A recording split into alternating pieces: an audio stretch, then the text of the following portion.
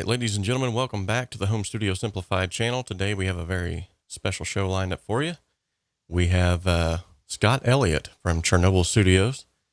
Scott is the owner of Chernobyl Studios and also a content creator, as well as a fellow Pro Mix Academy mentor. I was first introduced to Scott when I purchased the Boss BR800 some years ago and received a free copy of Cakewalk Sonar LE. Now, with that original program, there was actually a couple of training projects to help you get up and running, and one of those of which was Scott's. So I brought him on the show today to discuss a little of his backstory for all of us to get to know him a little bit better. As many of you know, I'm always looking to bring the most value I can to my audience, and I am not a metal engineer, and I know that some of you are. So whether you play metal or you're mixing projects of this genre, I think Scott is going to be an invaluable resource for you to get to know how to operate Cakewalk or any DAW for that matter, and to be able to get a better grasp on this genre, because it's definitely not an easy one to get a grasp on. So who better to bring on the show than someone that has an extensive background in this highly demanding genre. So without further ado, let's go ahead and bring on with a cheesy drum roll. Here we go. Ladies and gentlemen, Scott Elliot. The best intro ever. What is happening, buddy? Man. Hey, it's 5 o'clock here in Kiev, Ukraine. So we're kind of taking it easy today, I guess, a little bit. Trying to, but truth be told, there's been a lot of work and got a bit of a project that's been tough. So, well, I got one hand in the project and then the other hand in trying to relax, as they call it. Right. That's never an easy thing. No. Is this happen to be based around the drum programming project that you're working on, or? No, the project actually is a client. But I mean, a lot of the projects that I work on, require a lot of drum programming or to fix, what they've done. Just because, drum programming is kind of still a bit of a mystery for a lot of people. Fair enough. It's kind of a hard thing to get a hang of and get a grasp of, especially if you're not a drummer, which is usually the case when I'm working on projects like this. But we will have something to remedy that in the upcoming months, so don't worry. Nice. Drum programming, I mean. Good deal. So, Scott, just to get to know you a little bit better, I'm just going to, right out of the gate, going to ask you just a few questions. And if any Sure. of you here are watching, you want to ask Scott a question yourself, you're more than welcome to do so. We'll try to get to those in a timely manner. If your question is not seen or you didn't get an answer to your question, just repost it again. We're not going to get onto you for spamming or nothing like that. But if you have any questions regarding maybe his background, anything has to do with metal, anything like that, you have a question for myself, just go ahead and ask it in the chat. And we always keep these sort of open-ended anyway. These are very laid back. But let's get to know Scott just a little bit better. So, Scott, where did your love of music actually come from? Oh, wow. Well, I mean, so as a kid, for lack of better terms, was a bit of an unstable upbringing. So music actually was just the getaway. The music was what was always stable, was always there for me. So music is actually just what I turned to when I wanted to essentially escape whatever was going on at that particular moment. So music has been an extension of myself for as long as I can remember my own existence. So I've always loved music, and actually I'm one of those people, when I run into someone who's like, yeah, I don't really listen to music, I sort of look at them and go, Right.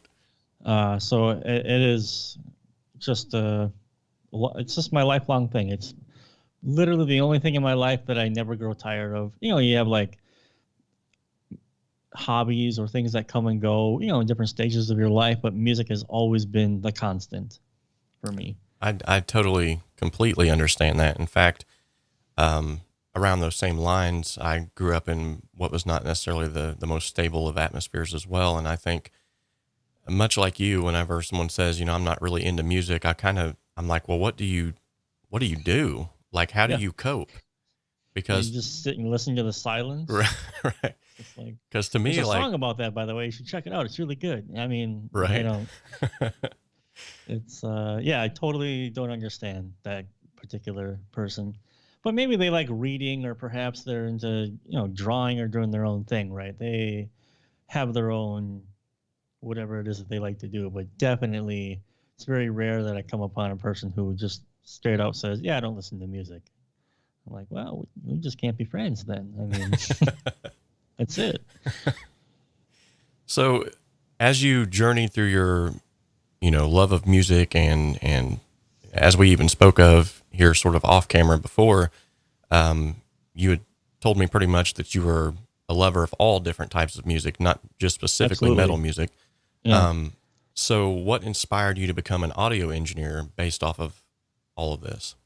Well, so what happened was, let's see, what year is it? 2021. So, yeah, legitimately 20 years ago, I, well, let me back up a little bit. So, in 1998, I started to, I had an interest in guitar, but even before that, 7 or 8 years old, my grandparents had put me in piano lessons. And at the time, I absolutely did not like piano lessons. I liked the piano, but I didn't like the very I just didn't enjoy the way that the person was teaching me how to play piano. And when you're 7, you don't know how to articulate that. You can't be like, "Well, I just don't enjoy the la la la la la." Right. So I just said I don't like it, and so I stopped it. But all those years later, then the guitar comes in, and I remember that I got the guitar, right? And you do what everyone does back then in the day. It's 1998. You go and you grab Metallica's "Ride the Lightning" tab book, and you start chugging along. Well, what happened was is I always became too bored to learn the song. I would learn a couple of the riffs, but then what would happen is I would start being like, well, what if they went like this instead? And I would just start improvising, start doing my own things. And so I literally stumbled into the fact that I could write music. So you fast forward a little bit, it's 2000, 2001. I had a very good friend of mine, Tim Wilson, who was like, dude, there's this software called Cakewalk Pro Audio 9. You should check it out. You can write your music down. And I was like, oh, all right. And so that actually started the entire thing for me, because I would come up with an idea. I would open Cakewalk, and I would, one mouse click at a time, program all the MIDI, all the guitars, the drums, and immediately was like, well, what if we added like a string section to it? So programming all these things. So that's the first step. And then you think like, well, there's got to be a way to record this, right? So there I am, 15, 16 years old. I get my hands on a Casio 88 key workstation, and for people who don't understand, back then it wasn't just as simple as grabbing the workstation and plugging it into the computer, Right. because it didn't work like that. And I didn't know any of this. So I'm like, yeah, I just need a MIDI cable and everything will be good. So I got the MIDI cable and I go in the back of the computer. It was like an E-machines. And I don't know if anyone knows what those are anymore. And obviously there's no MIDI female connector for the. I'm like, well, what's going on, right? What ended up happening later on is I think I even had no, just you got an adapter for one of your instrument cables, and then that's how I managed to get it, whatever. But basically, what inspired me to be an audio engineer per se is just I just wanted to record my own stuff, and that's it. It all started with just the desire to get my own songs recorded. That's it, and it kind of snowballed from there, obviously. Yeah, that sounds like a similar story for most people, especially guitarists. It seems like Yeah. guitarists are always the tinkerers. They're the ones that's like, hey, how can I get this into that? And for myself, it actually started with a tape deck and one of those like little square, if anybody even knows what those are anymore either, little square. It was like they called them like a courtroom recorders, where basically you could stick a tape deck in there, and it was like a portable tape deck that you could record. Oh So I yeah. would stick one tape in my stereo and another tape to record on, and then now I would overdub that way. And man alive, it sounded horrible, but I thought I was doing something awesome. Sure. Oh yeah. See, the really cool thing about those times is quality was not even in the same like sphere. Wasn't even close. Right. It was just about getting the idea recorded, right? And I didn't know anything about EQ or any of that, right? And it was a long time before I actually started to learn about all those aspects of recording. But I just was like, well, I have a cool riff. I want to record it. And the problem that I had is because I could write everything in MIDI straight away into the DAW, my musical creativity quickly overshadowed my recording ability and my playing ability.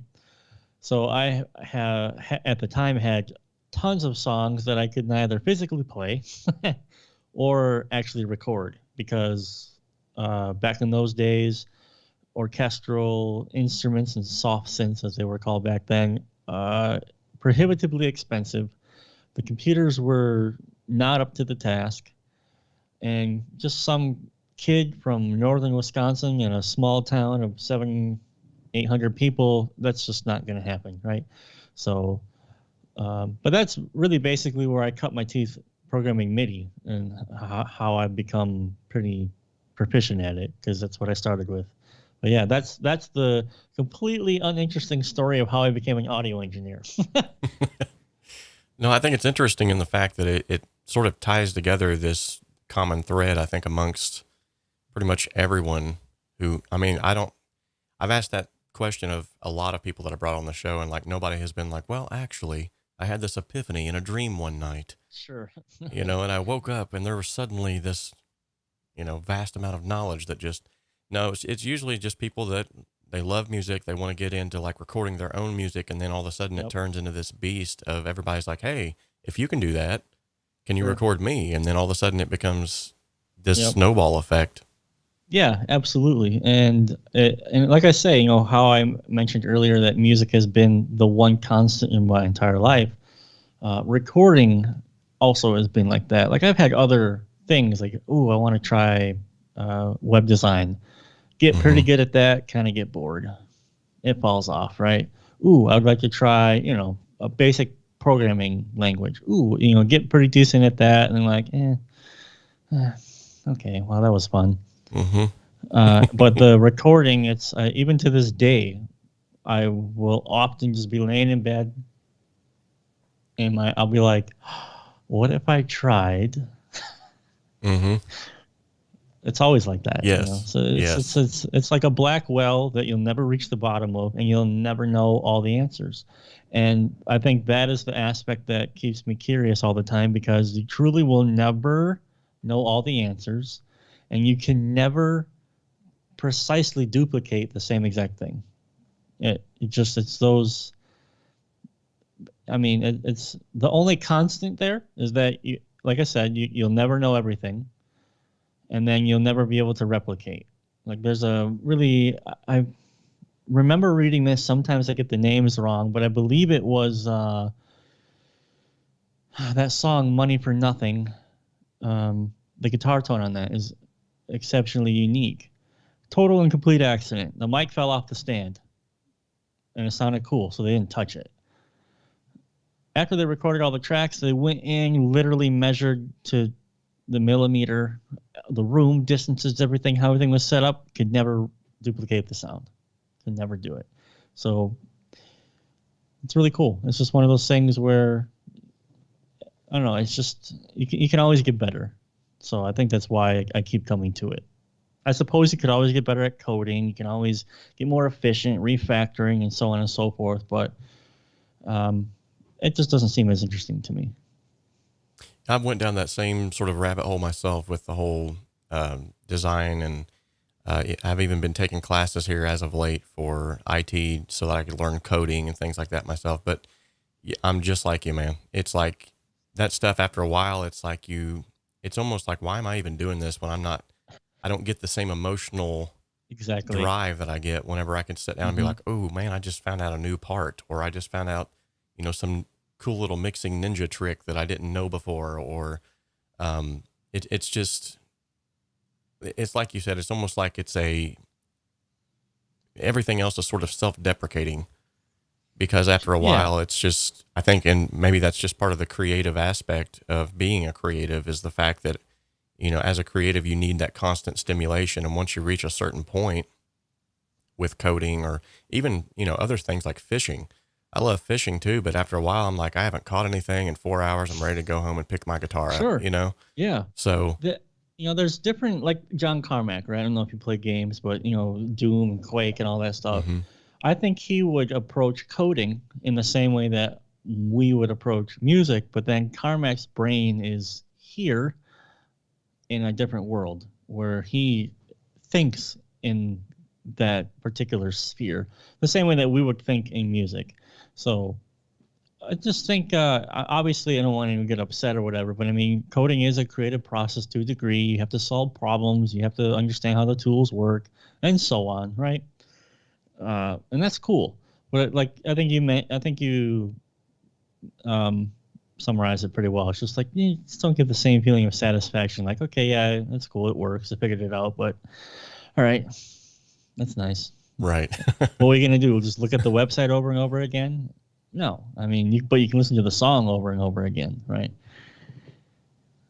So Alexei Solovov music is on here.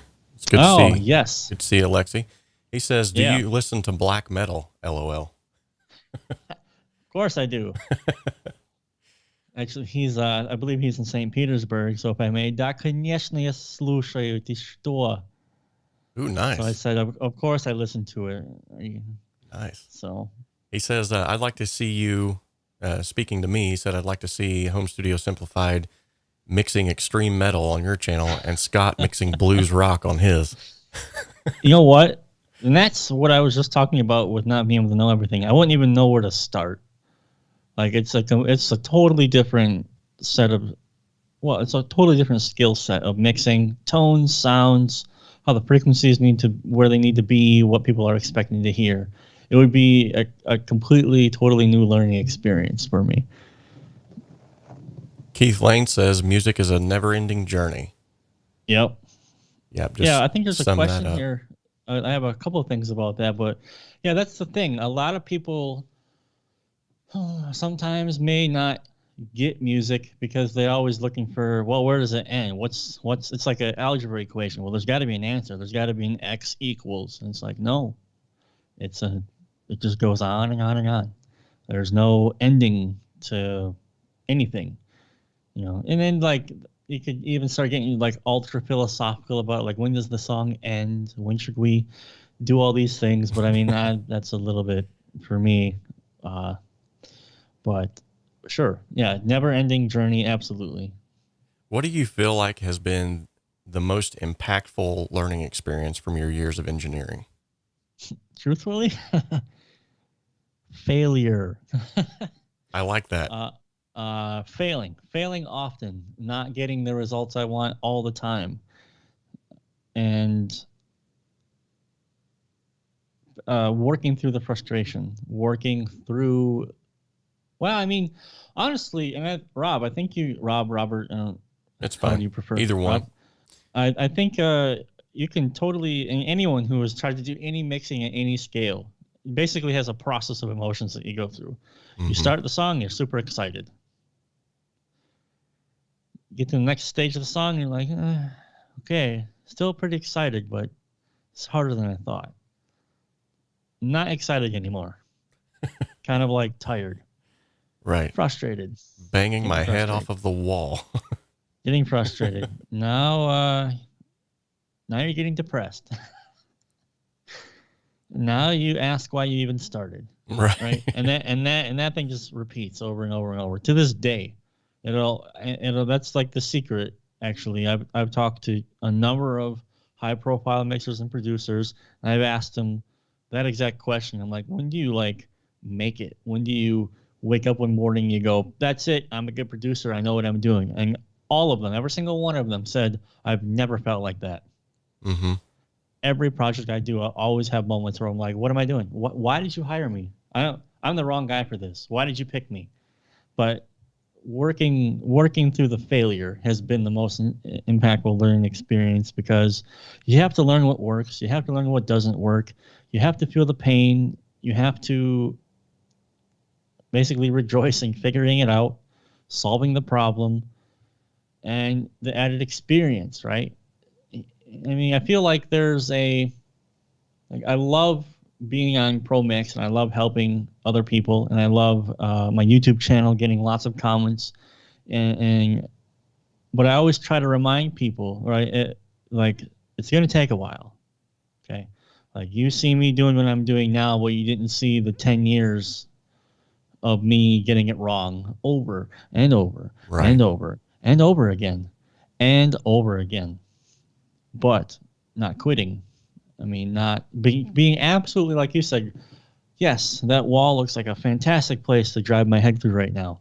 I really would like to do that. Well, close the door, take a break, and then come back to it later and try again and again. But I mean, it's just something you have to work through, that you have to do. It's with anything. Like if you were trying to be like a professional athlete, there's a pain barrier you have to work through. Not necessarily physical, but I mean sometimes physical, but it's always going to be a mental pain barrier. Like, do you have what it takes to work through this frustration again and again? Guess what? Again, and every single project I do always has its aspects where I'm like, I don't know why I'm doing this, and pick the wrong person. I don't know why I do this at all. I don't know what I'm doing, but I think it's normal. I think it's pretty healthy. But as long as you just work through it and you understand that failure doesn't mean actually that you have failed, it just means it didn't work. All right. You didn't quit. See, failure and quit, it's two different words. Something can fail, but if you try again and it works, great. But if you fail and then quit, those are two steps, two different things. And I always try to remember that myself, because it seems like that word has been defined in a way in modern society where you have failed, therefore you should stop. And in certain cases that could be true. Like I'm never going to jump 30 inches in the air as hard as I try. So probably, should accept that kind of reality. You should always be aware of your limitations and what you can do. But when it comes to mixing, I really believe that anyone can learn it. It's always going to be a question of, are they willing to sit through the failure? And most people are not willing. That's just the way it is. And I think it's the way for most anything in life, actually, to be fair. So 2 points that I'd like to pull out of that too is, and Scott's just dropping some nuggets here, more so than just based around mixing. And I mean, this is life lessons right here. This is like get on the couch and pay this guy $50 an hour kind of stuff here. But one of the things that you'd said is, basically there was an interview, and I can't remember who actually interviewed Andrew Sheps. He's love his work. And, they asked him a really pointed question about, do you think that you're good? And he said, well, I think I'm okay. Right. And, he said, but if I ever get to the point where I think I'm awesome, he said, then I've lost it, because I want to be learning all the time. And he said, in fact, if you talk to myself and most of the upper tier mix engineers, the biggest fear that we have is that someday someone's going to expose us and realize we don't even really know what we're doing. Yep.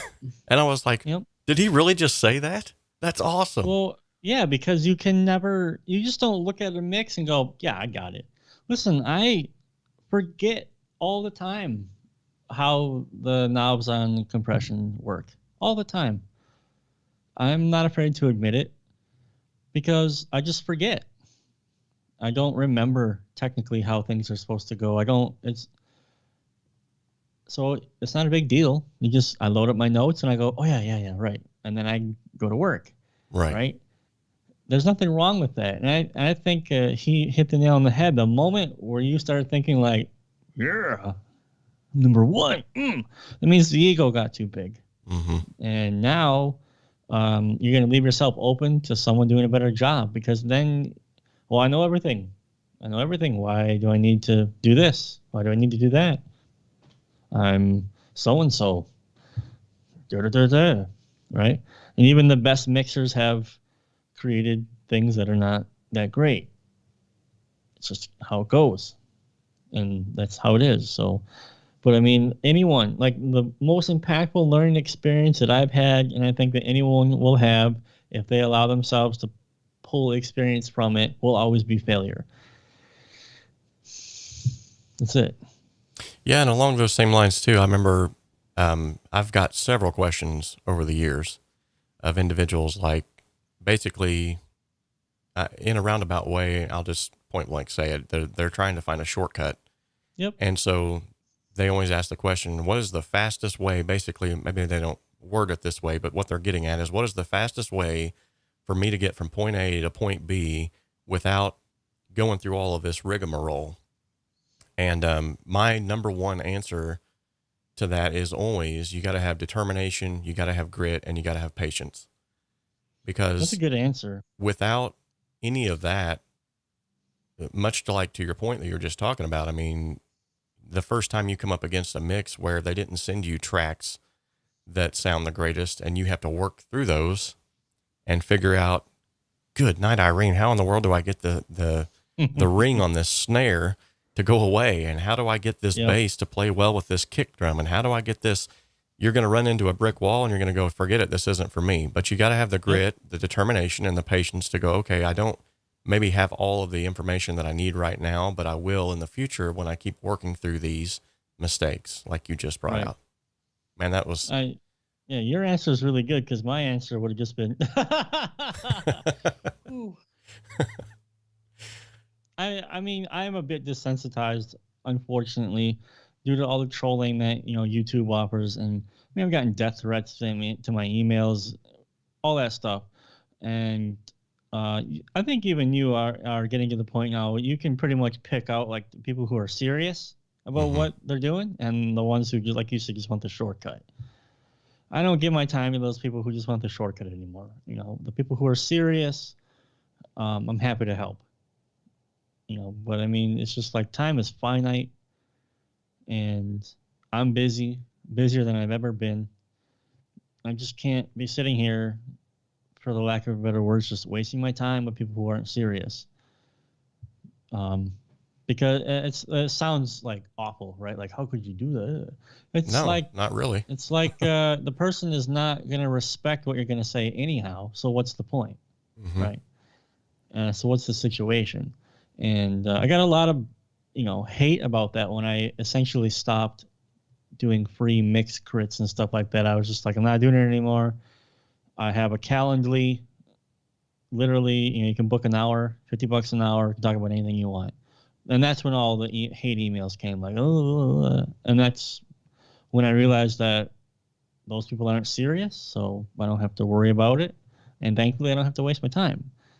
But, there is no such thing as going from A to B quickly without any pain or frustration or struggle or anything like that. And if there were, it's already basically been shown that you won't appreciate it anyway. So why do it? Right. Why do it? Like I play games when I have free time, right? And my favorite game to play is Quake. Quake is a very hard game to play. You could play that game for 20 years, and it's similar to music where you still won't have everything good. There's always something to work on, right?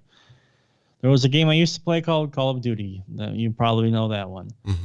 It used to be much harder 10 years ago. Now, it's like all you need is a warm body and a pulse, and then you can get all the things. It's not enjoyable to play because there's no, it's not hard. There's no struggle. I'm telling you, when you get that mix and you don't know what to do with it, because you won't, right? And that happens all the time. But you figure it out, and you get it to a state where it sounds good, and the client's very happy.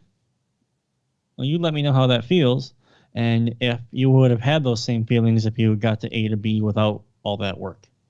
So, yeah, it's just that's all there is to it, essentially. So Alexei says he was asking me if I listen to black metal now. He says, I know that Scott is already a huge expert of mixing black metal stuff. He was asking me. So I actually, when I was growing up, was actually in a death metal band. So I'm definitely familiar with all aspects of metal from that. I mean, I listened to Sepultura, Pantera, Year of Desolation, is actually one of my friends, the guitarist, Year of Desolation. He owns a studio in Chesterton, Indiana, and we still talk on a daily basis. Well, Awesome. I should say on a more like on a monthly basis, but we still talk because he'll every once in a while he'll email and say, "Hey, I'm getting ready to record an acoustic guitar," and I'm like, "You're doing what?" And he's like, "How do I get this to sound halfway decent, man?" And then when I'm working on a project that's got more of a metal sound to it, I'll reach out to him and say, "Hey, how in the world do I get these screaming guitars to get to sound good without, taking over the whole mix?" And then he'll give me some tips. So, do I actually actively listen to it now? I can't say that I have. Maybe the closest thing to it is maybe some Skillet, which is really probably making Scott cringe right now. But Listen, I'm 30. I'm going to be 36 years old, and 19-year-old Scott would have started making fun of you, but 19-year-old Scott was young and dumb. Good deal. He also says he wonders if you have ever thought about making music for video games. Me or you? You, because he said, I guess it was Doom. Mike Gordon, he says, is a metalhead, and he wonders if you've ever thought about writing a score for some video games. I have to say thank you to my wonderful wife who has just brought me coffee. In a Quake cup. Nice. In a Quake cup, yeah. Спасибо. Люблю. Okay. So the question was, Mick Gordon, video games. Yeah, would love to do that. Absolutely. And one of the biggest things that people used to say about my earlier music was, Scott, sounds like video game music. And I hated it at the time because I just felt like, here's metal and then here's the video game music. And now it seems to be like the opposite. Or it should be that video game music is finally getting the credit it deserves. For example, you could, all the Final Fantasy music, for example, expertly created. Contra music, fantastic metal album if someone were to record that with instruments. So there's a definite interest there. There's just one big deficit that I have, and that is, which I'm working on right now. I'll talk about it later because it's part of a question. But it's the music theory, the notes, learning how I can take what's here and to use the notation and the theory to quickly get my idea out. Because right now it's a lot of it's like I attribute it to when you first learn how to type. Everyone does this like this, right?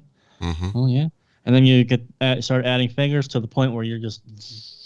And I'm at this stage right now with music theory. Right. Right. But I'll get there, and I definitely will. I have a lot. I love to write orchestral pieces, piano. I really like to write for a piano. It's great. Right, it's great. So definite interest there. Would love to do it. Absolutely. So along those same lines, that actually was kind of a nice little segue. When you sit down to structure a song, either of your own or you're mixing a client's song, what drives your creative process? For my music, it's usually going to be around the concept or an idea that I've had that has invoked an emotion. For clients, it's a little bit more simple because you can be a bit more linear about it, right? So a client will give you something, and basically I always ask the same questions. Who are your favorite bands? What's your top 3 albums? And what kind of sound are you going for? They'll give you the answers. Most of the time, it's not really what they need, but usually you can get what they need within that. And then it's 80% what I would like to hear and 20% what they've asked for. Because a lot of people may not want to hear this, but most clients don't understand what they need in their mix to get the result that they want. Right. So if I'm mixing like a death metal band, I grew up in the 90s as a kid, so I grew up on Deicide, Morbid Angel, Cannibal Corpse, Death, right? So I have a marketably 90s approach to guitar tones, mixes, and stuff like that. With a modern style, they're cleaner, obviously, and a little bit louder due to limiting of the day. But the creative process is not so much. It's more of how it makes me feel when I'm listening to the song, right? Or what the song might need. I'm working on a project right now. It's like a black metal project. The guy sent it to me. He put like one little synth part in here, and I'm like, dude, this should be expanded. This is a whole track right here. There's just strings and choirs. And there has to be a bell back here. He's like, do whatever you want. If it's cool, great. If not, whatever. I said, fine. And I sat there and I composed a whole bunch of orchestral stuff. For people who are watching my YouTube channel, it was the previous video I just did of mixing black metal vocals. It's that project where all those orchestral tracks I just heard in my head. And I was like, dude, we have to put this in. It's going to add a whole bunch more atmosphere. So the excitement and the creativity comes from that bit. When I listen to something and then my brain might start to fill in a part, fill in a hole where I could go, man, that would sound really cool. And another thing that clients may not want to hear is that I'll just do it. I don't really ask for the permission. I just do it and I send it to them. If they don't like it, they'll tell me. If they like it, great. Because creativity is fleeting. You Right. get the idea, and you just better write it down. Like I have a Cubase project that is completely set up with guitars already record enabled. So literally all I have to do is open the session, plug it in, hit record it right away, and I can save it and close it. So it's instant, right? And so that's, that's how I do that, because structuring my own music as of late has been painful because I really haven't had a lot of ideas. I've had a lot of roadblocks and writer's block, I guess is what you call it. For another reason, which we'll talk about later on with one of the questions that you have, I promise. But a lot of the creativity is like I don't sit down and go, I'm mixing the song, and then I go, we need to have this. Yeah. And it's an instant thing. I add it, I do it, and it's there. Even if it's the client doesn't like it, it's there. It's way easier to just mute the track than to be like, what did I want to do? Oh man, I don't remember anymore. No, I just told this client I had this great idea and I don't remember it. Oh right. Man. So learning experience is right there.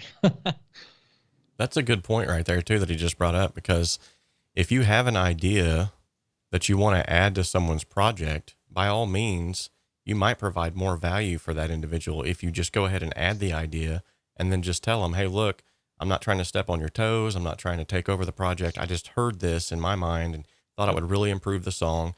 And if you don't like it, it's as simple as muting the track, like you just said, or taking it out if they don't like it. But there might be that, because most people, like he's even said, they have this sound that they're wanting to achieve, but they don't know how to take it to that next level. Yeah. And so if it's no fault of their own, by the way, we're not talking down to clients. Right. Where it's just, there's a difference between when you're the performer, like you have it in here, but you don't have the tool set necessarily to get that out. That's it. And that's what really our job as a mixer is. That's what we're supposed to do. We're supposed to add to the song. Right. Like if all we're supposed to do is just, okay, here are the files and mix it and send it back, that's silly. That's absolutely silly. They could do that. Really? Yeah. Well, that makes you basically like a paper pusher in an office setting. I mean, you'd be no different than that. So all you're doing is you're just doing the not the hard work, but the physical work rather than the creative work. Yeah. Along those same lines, I would say this too, that a lot of times a client is so married to a song and how they want it to sound that whenever you begin to implement other things inside of it, a lot of times it opens up a whole new, they're like, oh, wow, I didn't even think it could go that direction. Well, then they start getting excited when you build that excitement between the two of you, then you sort of get like this, and that usually creates repeat customers, at least in my own. Yeah. Yeah. Yeah, there's a strong rapport there that you can develop. I mean, the funny thing about being a mixing engineer is mixing is the easy thing. I mean, that's what you do every day. You have to learn the interpersonal skills, how to write an email correctly, how to negotiate, how to protect yourself. You know, I don't want to name any names. I just had a situation recently where I completed a project. The client said, great. They shared the project. I go to listen to it on Spotify, and it's not what I gave them. Come to find out, there was an extra person that did extra work to it, which completely destroyed it, in my opinion. But I was attributed to that, right? So now I got to write an email to this client going, yeah, please take my name off that. It's not my work anymore. It's been, it's not what I delivered you, right? Right. So, and those are hard emails to write. You know, I remember the first time I got into an argument with a client. It's like, how do I approach this? How do I talk to them? You know what I mean? And it's through email. You know what I mean? Which is one of the worst mediums to communicate to when people are in an emotional sense, because you need to choose your wording carefully. Everything is important. Because if you would write an email how you would say it in real life, 100% chance they're going to assume it's sarcasm or some kind of passive-aggressive language. So there's a whole different set of skill sets that you actually have to learn when you're mixing that have nothing to do with mixing. People skills, learning how to talk, learning how to negotiate, learning how to not be a doormat. Very easy for that in the beginning with people who don't like, oh, it's my first paid project, and then still though you still have to be like, yeah, listen, I can do that, but it's going to be $35 an hour or whatever your rate would be. So you want to move forward with that or not? I mean, because again, it's all about time is money. Your time is valuable. Sorry for hitting the microphone. It's just, I mean, no one told me that part of it. Let me just put it like that. Nobody told me that mixing music is actually a business. It needs to be run as a business, because if you don't run it as a business, you won't make money. Right. Okay. And like business and music is like this dirty, can't put those two words together. But this is the truth of the matter, right? So, yeah, the creative process generally with a client song it's spontaneous. That's the word I was thinking about. I couldn't say it before. And that's basically it. And it's really fun when you get a project where the ideas are just coming over and over and over, and you add them and add them and add them, and it's really cool. And it's even better when the client likes them, of course. So, yeah. I find that it seems like, at least on my end, it seems like 9 times out of 10, the roadblocks are based around terminologies, because it's like their gritty might be my saturated, and their woody might be my honky. And so it's like they got this. A lot of times, they'll come to you, and yet again, it's at no fault of the client, because most of them, there is no like one language for this kind of stuff, but they'll be like, I want a really punchy, gritty guitar tone here. And you put it together and you're going, okay, so I think they want this. And then you give it back and they're like, no, that's too like Nirvana. I'm wanting more like and then you're like, okay, now that we can work through that. Okay. That's a really good thing you just said. I learned that lesson myself, so I don't use terminology anymore. There you go. I just use bands. I'm like, oh, so you're looking for a guitar sound like Cannibal Corpse, like, and if they're death metal, for example, and everyone knows what a Cannibal Corpse guitar sounds like in the world of death metal, so they're either going to go yes, but, or with a little bit of more of an angel, and I'm going to go, that's impossible, because that's a triple rec Mesa with a JCM 900, 2 completely different sounds. So which one do you want more? Right. And you can once you put it in terms that they can understand, which is what I found to just be albums and songs and CDs, or albums, I guess. And then you just go, you mean a song like this? Just send them an MP3. Oh yeah, that guitar sounds pretty cool, but maybe it's like not as like literally like maybe like less presence. Like, oh, okay, what about a band like this? Oh yeah, that's pretty cool. And then you're speaking the same language per se, because you're basically listening to the same thing. Because the other thing that you're going to run into when you're mixing is that like I have a nice pair of monitors and a nice pair of headphones, but the chances that my client does are zero. So the best bet is that they listen in their car. But more often than not, I always tell them when I send the email for revisions, like, don't listen through earpad or what are they? Earbuds, yeah.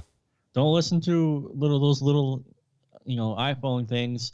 Don't listen to your phone. Best case scenario, listen in your car. Worst case scenario, listen on your computer speakers at low volume. Right. But I mean, we're always working against physics and the locations of where we're mixing versus where they're listening.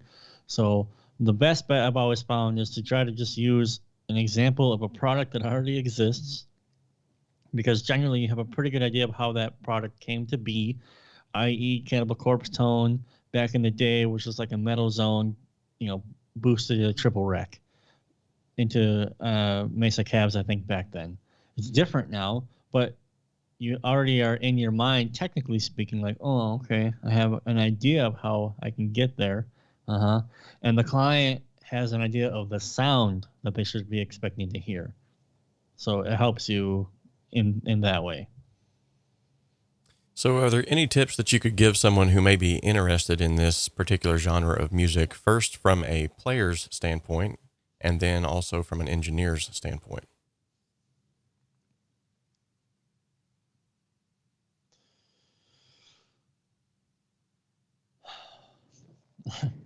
There's a lot of talking points, but I think the biggest tip would be commit. You have to commit. There is no such thing as like, I'm gonna kind of work on this a little bit. You have to commit 100% to what you're doing, because it's gonna require all of the mental and physical energy that you have, and then some. This sounds like really dramatic, right? Like, Robert, what is he talking about? Like, it sounds like he's running a marathon. Well, you're going to be running a marathon in your head over and over and over again. In your head. You're going to literally be like, why doesn't, and that's what's going to happen.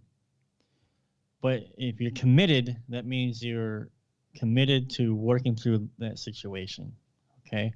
And I think commitment is just a basic thing that anyone who wants to have any modicum of success exhibits. Good writers. Were they a fantastic writer from day one?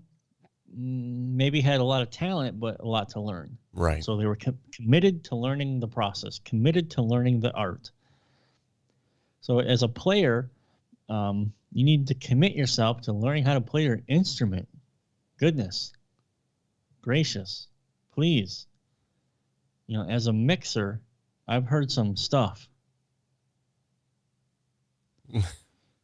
Right. I've heard some stuff, man. And I've had projects where if I didn't have the skill set that I had developed, it would be literally unmixable.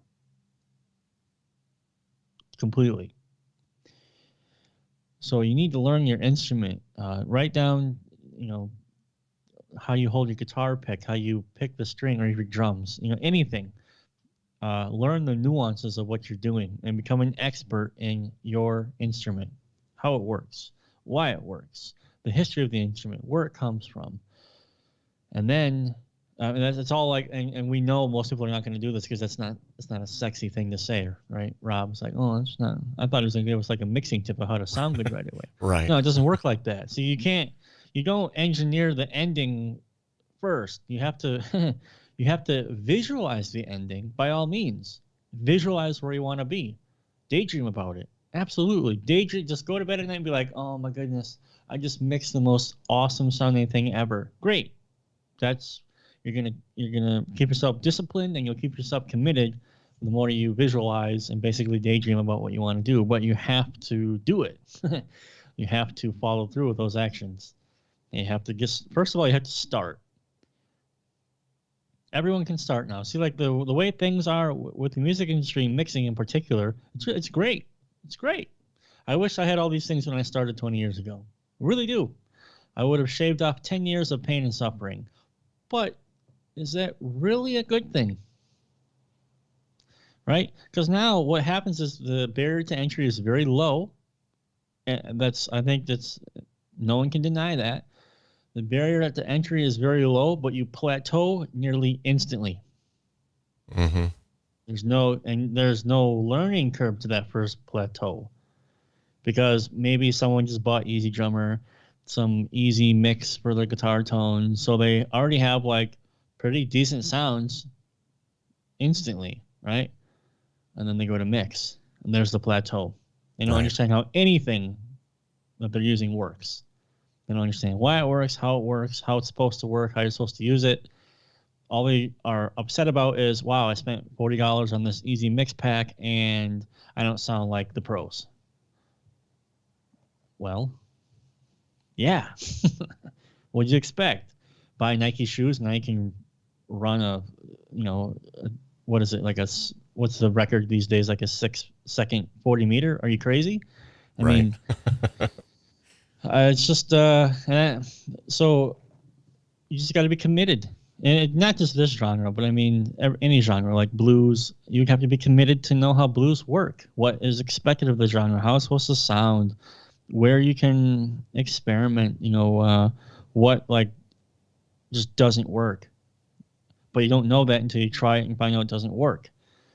There comes the commitment again to yourself to work through the frustration. I keep repeating myself over and over here because I know people are still waiting for me to say, okay, Scott, that's cool, but then what? Right. There is no then what. There is no then what. You always have to be committed 100%. You need to live it, eat it, breathe it, sleep it, think about it all the time. It has to be what you absolutely want to do and succeed at.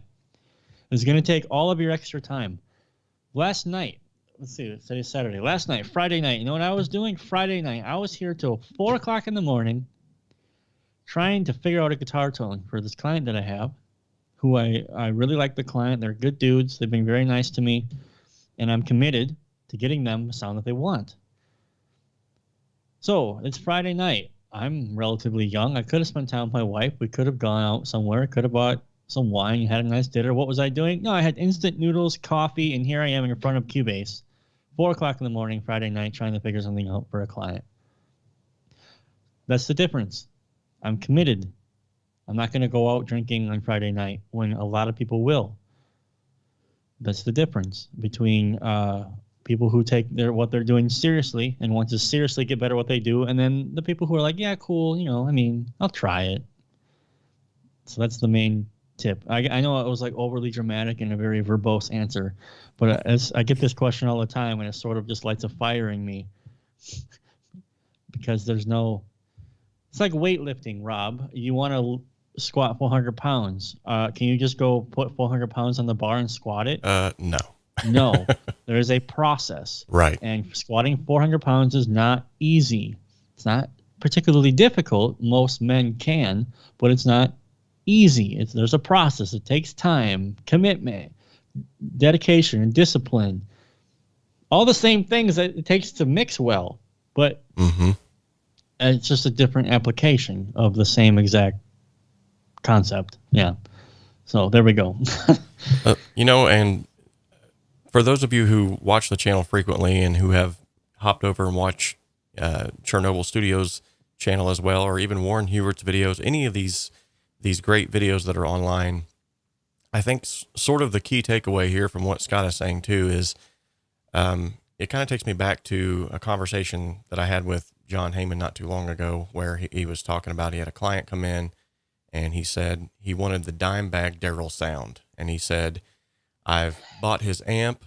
I've got his signature guitar. I'm using the same set of strings. I've got his signature picks. And John said, okay, that's great. And he said, but I still don't sound like Dimebag Darrell. And he said, what's the problem?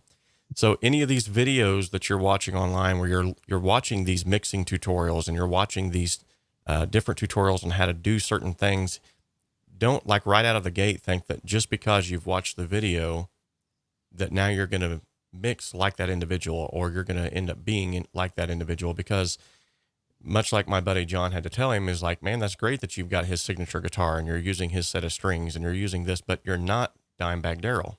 Exactly. And you have not put in the years and years and years of torment on your fingers to be able to do what he could do. And so it's just like with anything else, obviously don't be discouraged, but sort of the repetitive thing that keeps coming out here is be committed and, you know, don't be deterred by things that might otherwise seem like a fork in the road, because literally that's all it is. You just got to find out which direction you need to take next.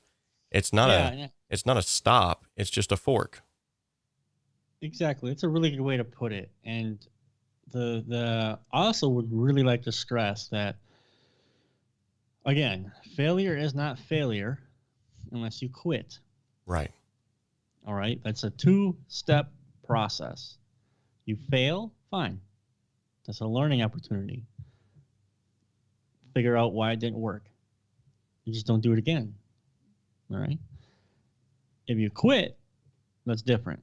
Okay, that's different. And I'm not sitting here like on some pedestal, like I'm so good at what I do, la la la. Just last night, I'm sitting here at 4 o'clock in the morning going, why am I doing this? Why?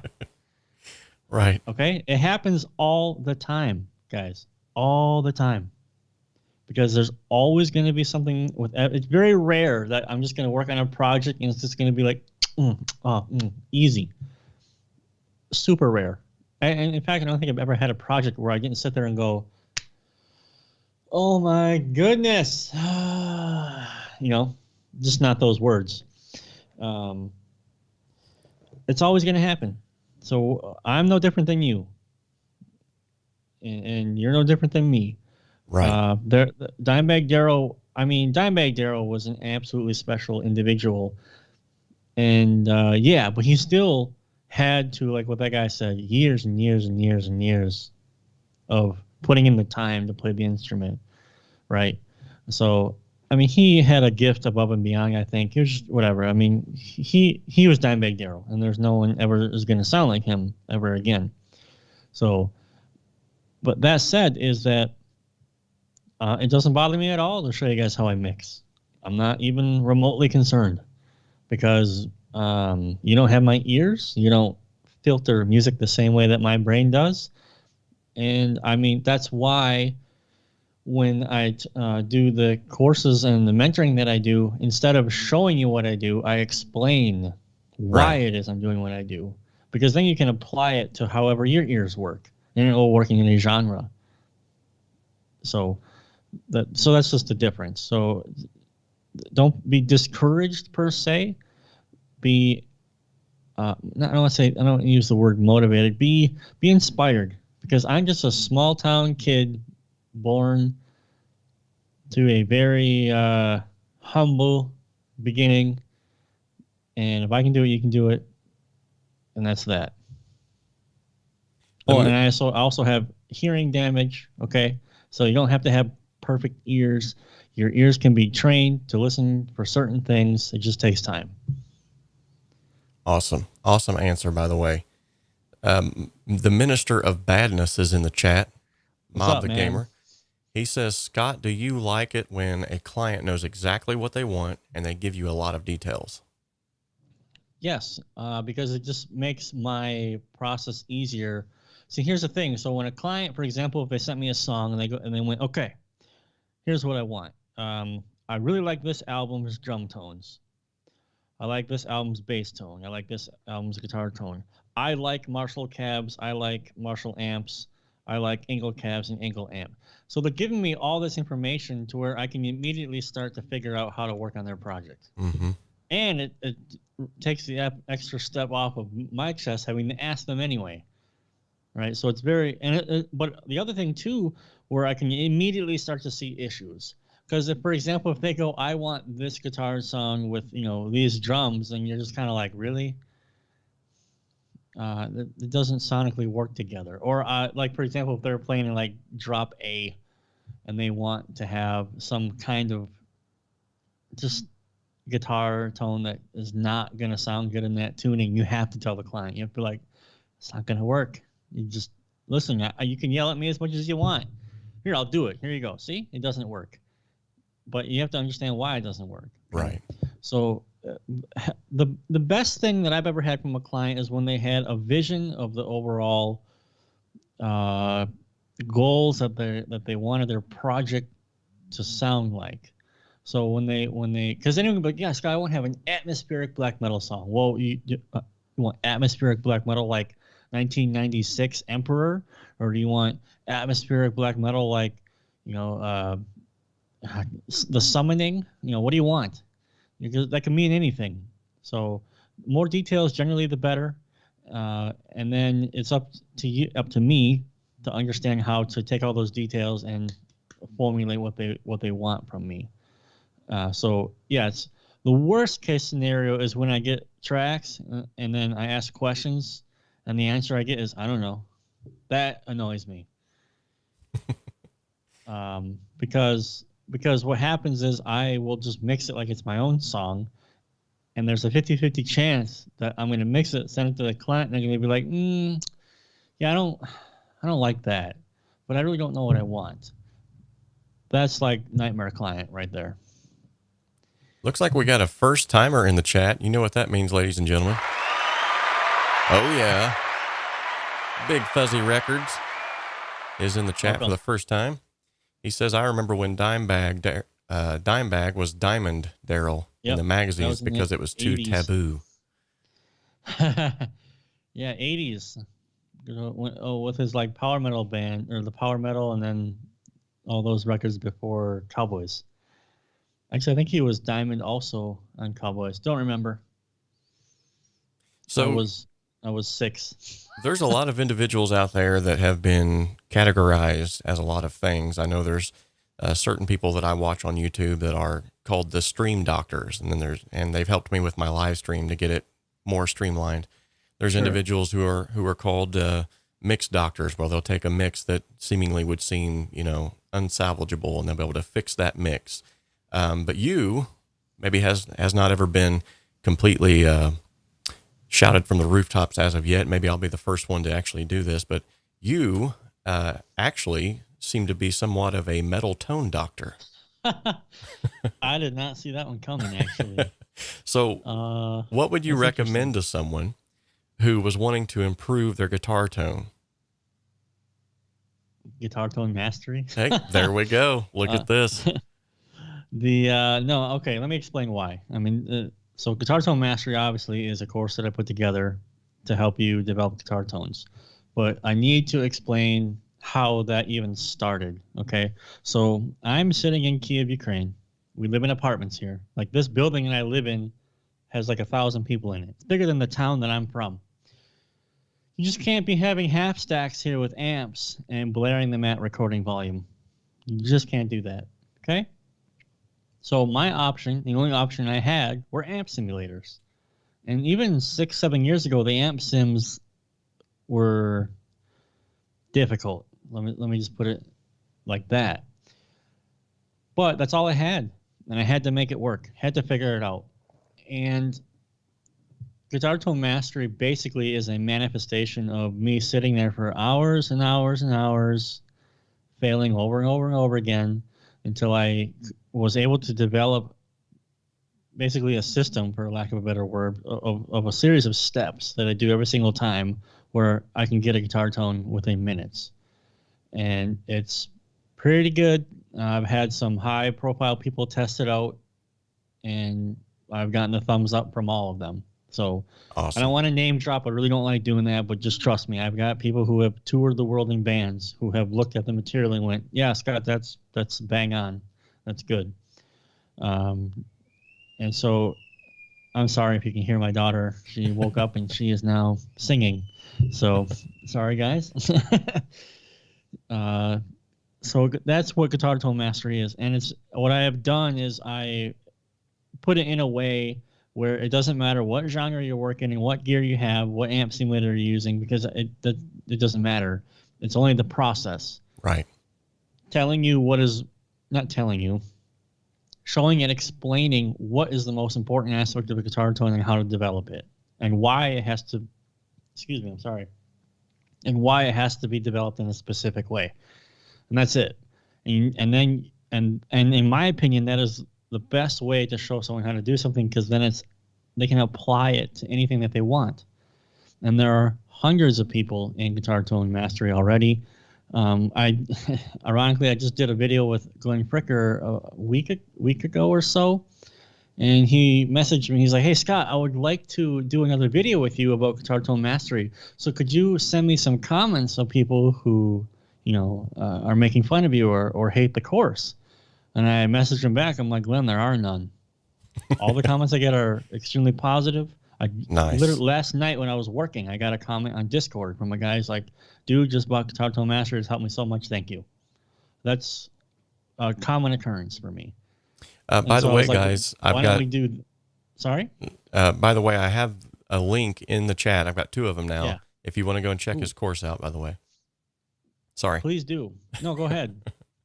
No, it's fine. I'm verbose sometimes. I know. No, you're fine. I just wanted to make sure that everyone was aware that the course is available on the Pro Mix Academy. Yeah. He actually has 2 different courses. So if you want to go and check those out, I'm going to give you a sneaky little secret. I own the Guitar Master course, the Guitar Tone Master course. Really? And, I didn't know that. Yes. Okay, cool. So now you can actually tell the truth about how much of what I just said was totally a lie. So basically everything that he just told you. No, I'm just kidding. No, really though, it is a stellar course. The thing that I like about the course itself too is it doesn't just, like he just said, it doesn't just like, hey, here, press buttons A, B, and C on this specific plugin. He actually goes into sort of the back end of it and shows you, like, regardless of what plugin you might be using, regardless of like basically how to dial in that tone with whatever you have. And the end result of it is, regardless, I think, honestly, regardless of what genre that you're working in, you're going to get a stellar tone just by using these sort of, it's not a cookie cutter recipe, more of a, almost like it's like a knowledge drop of just like, instead of, it's sort of like that old analogy of instead of, catch a fish for somebody to like teach them how to fish. It's the same analogy. Sure. You just, you're able to sort of get the back end of someone who spent, like he said, hours of this trying to develop a system. And then basically you get to use the system in your own, from your own creative standpoint. So I'll give one of the nuggets away actually from the course because it's important. Awesome. Here we go. In the course, I used my Ibanez 7-string Geo, which is the cheapest budget 7-string that Ibanez makes. It's literally $200. Okay. It was never set up. It's never been to a luthier or anything. How I got it shipped that day is what the condition it is in now. I just changed the strings. Okay. One of the things that I never understood about that guitar until I finally sat down to listen to it, because what I was doing previously, what a lot of people do, they just go on YouTube and they go, best metal guitar tone ever, exclamation point, enter. All right. And they see dudes with $3,000 guitars playing through an RME Babyface with LE 456 and amazing tones. Well, those guys probably have really good pickups, right. Well, my little $200 guitar is stock pickups, and the EQ curve on that thing is silly. It's all low end and low mids, and I'm adding lows to my guitar tone because the tutorial told me to. Mm-hmm. All right. So one of the things about Guitar Tone Mastery that I proved to you guys is I use that exact guitar, and I say that when dialing a guitar tone, you have to factor in the output of your guitar. If you have EMGs, you're going to have to approach it a little bit differently because they're so compressed and they're active, right? You don't do the exact same thing that I'm going to do with the amp simulator because we have completely different gear. If you have pickups that have a super big mid-range bump, maybe consider not adding a lot of mid-range, with the tone stack, or dialing it down a little bit. So that is one thing that seems like, when I say that just now, people are going to be like, of course. But until that moment, until I literally had that eureka moment, laying in bed at night, crying myself to sleep because I can't get a can't get a guitar tone, it literally was like, wait a minute, I have pickups that have a lot of low end. Why am I adding low end to my guitar tone? That is a problem.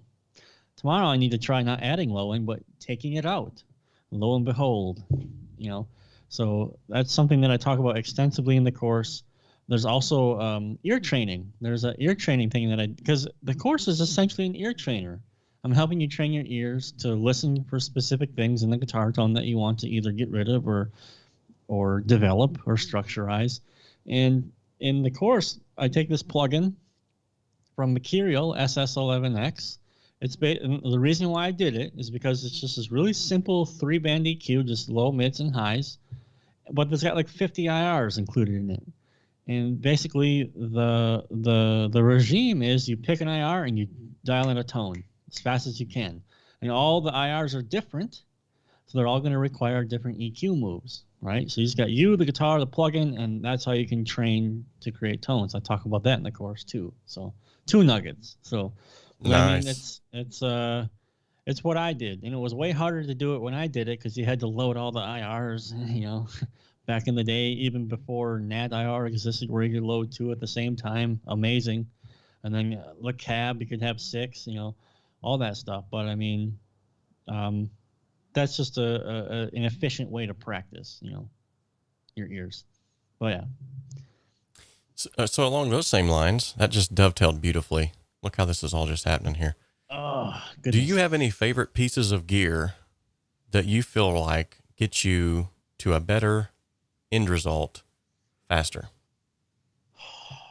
Well,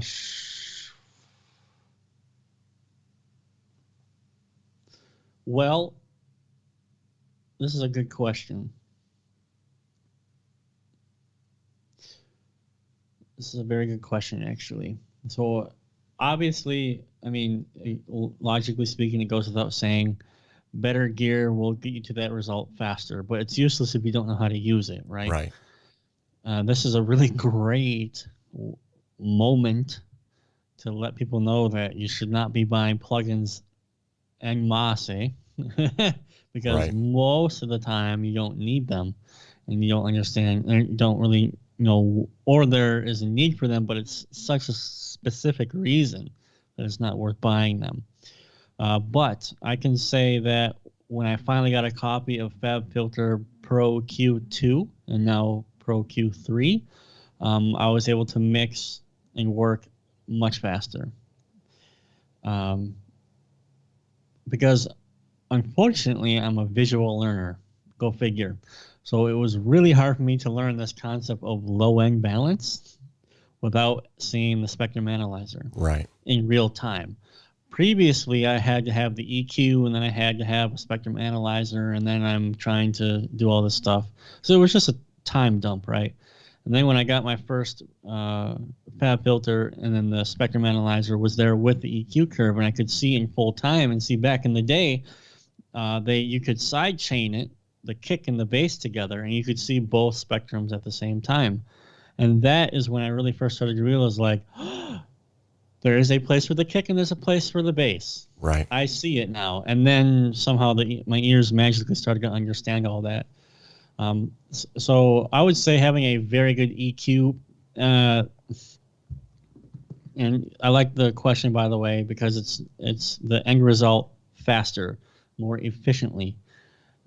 Any EQ will work. Like the Cubase stock EQ, great. It's even a dynamic EQ now. You can do the Frequency 2 can do dynamic stuff just like FabFilter. Great.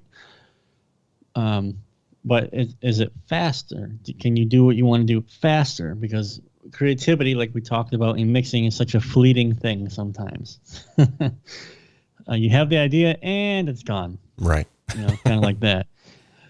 So, but anything, I think more than anything, I would like to suggest to people that instead of focusing on gear, focus on your workspace. Are you using your DAW efficiently? Right? Are you mouse clicking everywhere, or are you using keyboard shortcuts? Mm-hmm. Have you created macros? Have you templates? Okay, also a dirty word in the world of mixing, right? Ooh, templates. Ooh, right? But I've templates are received a perfectly little bit of fine. hate about those. Yeah. Yeah. That is to a degree even more important than having FabFilter, because you can certainly use the stock EQs, even our good old fan favorite Sonitus or Sonitus, however you say that. That Mm-hmm. EQ still works to this day. Right. Those compressors are, I mean, but still works. They're fine. They're gonna do what you need to do, but you'll have to add a analyzer to that EQ if you want to see what you're doing, or you want to analyze, and you want to understand what's happening. But more than anything, the biggest thing that got me to my result faster was just learning my workspace, learning what I do all the time, what I can set to a keyboard command, and understanding how I want to work and not work against it. Right. Right. Like in Cubase, I'm very much a top-down, left to right person, which is largely because of Cakewalk. I used it for like 15 years. I just got so used to seeing left, top down, left right. I just got used to seeing it that way. And as cool as Reaper is, I don't like the folder system. I don't want my folders above my actual tracks. Whatever, fine. So in Cubase, top down, left to right, and everything is color coded exactly the same every single session, every single time. Same keyboard shortcuts, same methods, same naming scheme, same saving system. Everything is the same. It's very pedantic, fine, but I know where everything is at all times, and I'm faster. And that's how it boils down to. So gear is important, guys. I don't want to say like, oh, you can do anything you want. Technically, sure, fine, to a degree, but at some point you will actually outgrow the gear that you have now, Right. and there will be a point in time where you know what, you do need a better interface. You do need to upgrade, but it'll be a long time before you really get there. Like if you're not recording drums, you're perfectly fine with most like audience interfaces, for example. Like I have a audience Sono. I'm not recording drums. I don't need any other inputs other than two, microphone and guitar. Right. So, but experiment. You know what I mean? Don't just buy plugins because Rob or myself uses it. Ironically, lately I've been trying to use more of the stuff from Plugin Alliance, the SSL 9000. Because I'm like, well, wouldn't it be cool if I could get everything I wanted with this one plugin? Because it's got EQ, filtering, compressor, expander, gate, all right in one plugin. So like we're always learning, guys. We're always finding something new. But more than a plugin, it would be get your workspace like this, where you can just close your eyes and be like my eyes are closed. All I have to do is hit Alt Shift and A. I insert an audio track. Alt Shift F folder. Alt Shift G group. It's just like that. And I even have my grid settings I can change. Alt Shift 1, 2, 3, 4, 5. All different grid types. Alt Shift T triplets. It's all in your hand. It's all you can really, really increase your speed with keyboard shortcuts. Again, a very verbose answer. One of the things that I brought up in my recent interview with Warren, whenever we talked about 5 reasons why I love Cakewalk by BandLab, is somewhere sprinkled throughout all of that.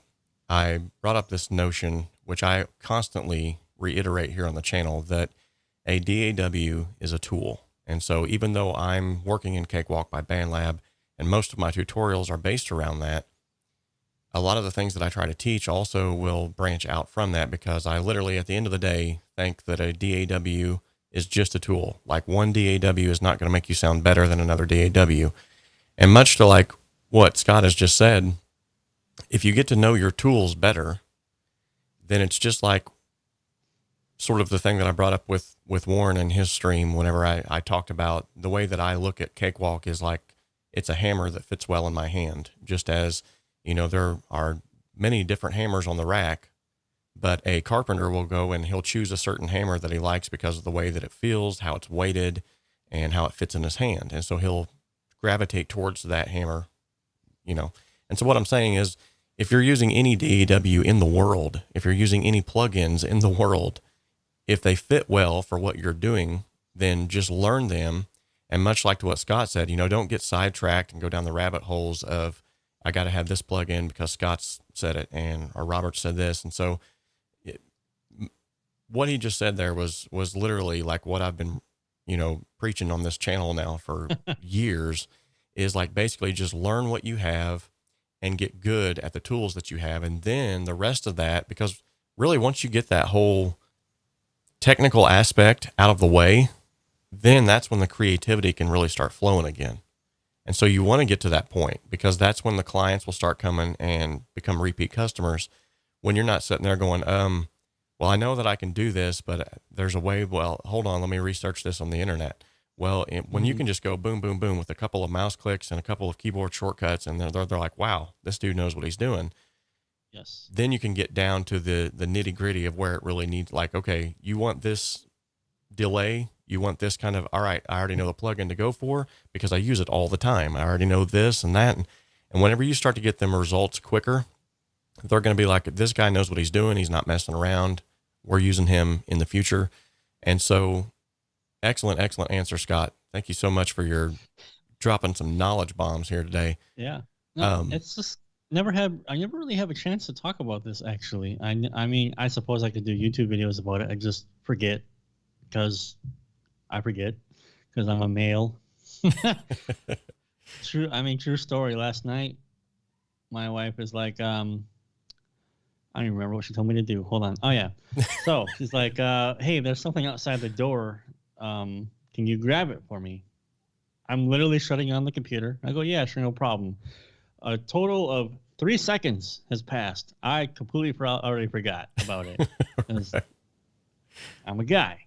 I was thinking about this guitar tone, but yeah, but that's the way it is. And it's, like I said, these answers don't get a lot of views because they're not the super flashy, sexy answers. But it's actually the foundation of the truth. It's really what it comes down to. Like, my dad works on cars for a living. He started in the 70s, you know, painting and working on vehicles. And you watch him work now, it's literally like watching an artist. He can run his hand across a vehicle that to my eye looks perfectly smooth, and he'll be like, yeah, there's 3 dents in here. And I'll be like, I don't feel anything. Right. He's like, they're right here and here and here.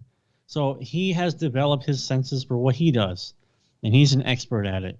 All right. But he started 40 years ago, guys. You know what I mean? So commitment, you got to commit to what you're doing and keep your ego really low. Just, you know, get rid of it, really, honestly. The faster you can get rid of your ego, the faster you'll learn. You know what I mean? Definitely. There's been many a times when just a humble attitude has produced not only better music, but also built lasting relationships and friendships. Just simply because it's okay to get frustrated when you work. That's right. The nature of it. Like, dude, I mean, everybody gets frustrated. It's normal. But, you know, take care of yourself. Get up. Get a drink of water. Take a break. Your brain will still work on it subconsciously, but ask for help. Right. You know? And you know, ask, you know, I say this too, go to the people who are doing what you want to do and try to get in contact with them.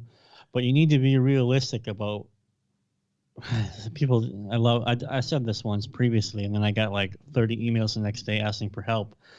And my mistake was that I didn't tell people that they need to understand that you have to have a skin in the game. Mm-hmm. This means that you need to be willing to invest in yourself, be it a DAW, plugins, or paying for coaching. Like that's just the way it goes. You know, I have mentors. I have a guitar teacher who I respect greatly. It's Carl Sanders from Nile, guys. My guitar teacher is Carl Sanders from Nile. If you are in death metal at all, you know who Nile is. But I pay him for that. And anytime I want to, you know, I never go to him expecting a handout or for anything to be for free. You see what I mean? That's the difference. Right. When other professional, like my dad goes for paint training classes. He doesn't just go to a paint training seminar for free. He pays for it.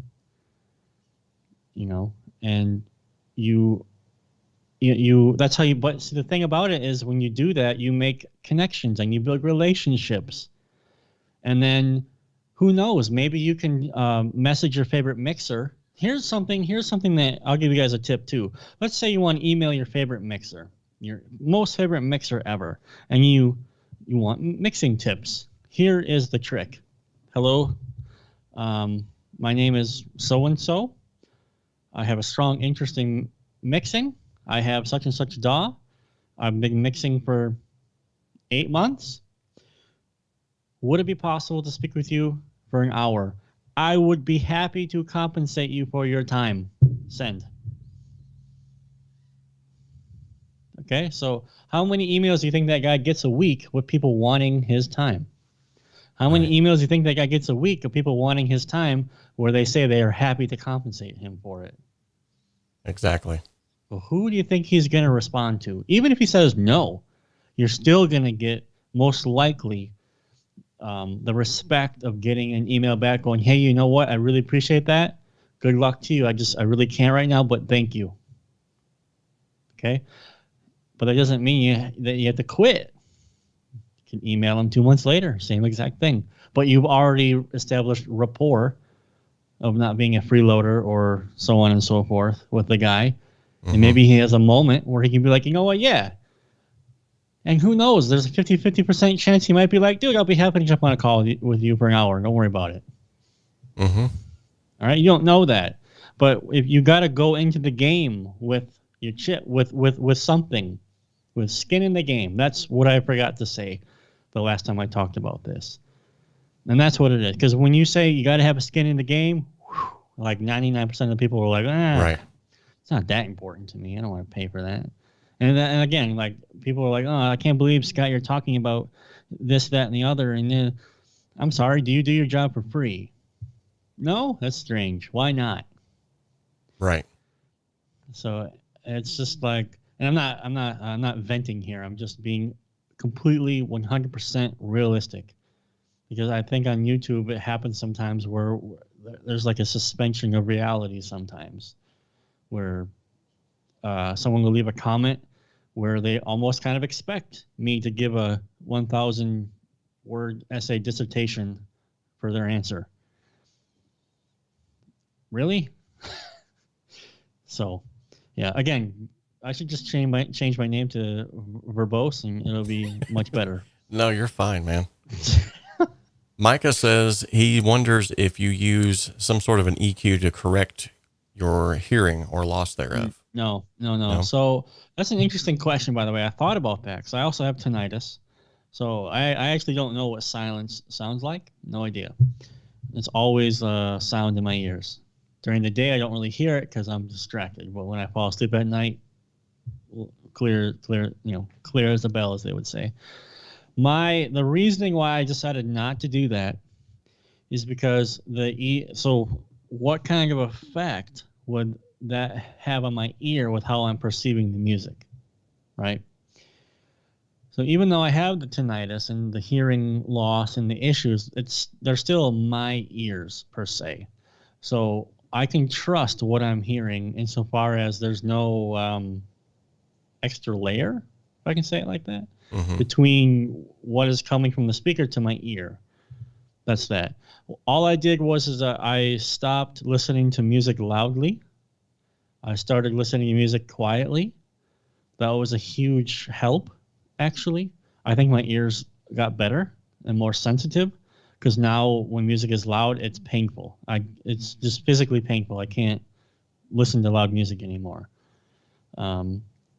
Also, my ears became more sensitive and more perceptive to frequency problems and just music in general. So yeah, that's a great tip, by the way.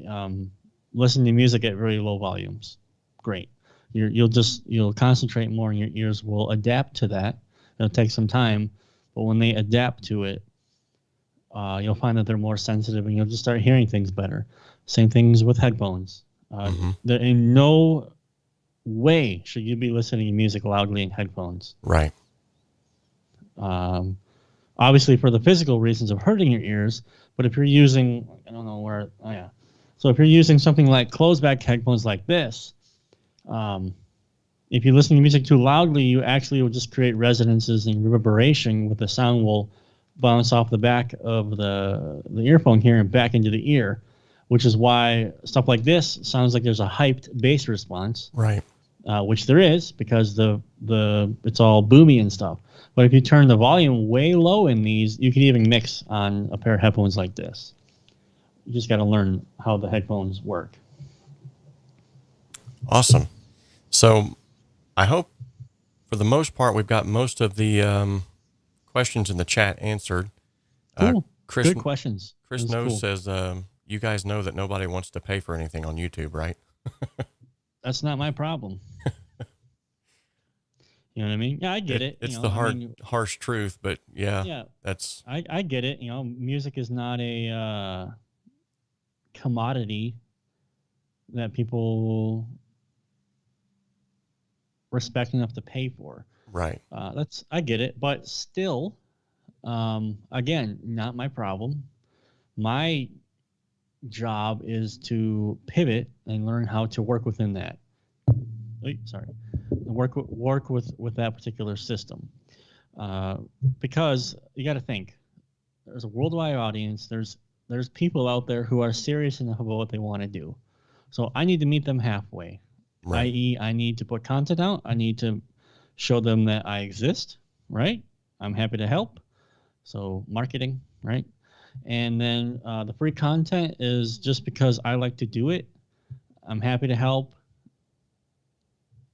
But I mean, again, unfortunately, music is just one of those things right now. It's kind of like art some way on the internet. I remember back in the 90s, people would go through great lengths to make sure you couldn't save their pictures off the website. Same thing with downloading music. Well, now you can download and get anything you want from the internet. But if you respect, and the thing about it is that the moment that, it's very interesting. I'm going to say something very interesting here. The moment that you respect yourself enough to expect payment for what you're doing, that will just attract people who are willing to pay for your work. It's weird, right? Nugget.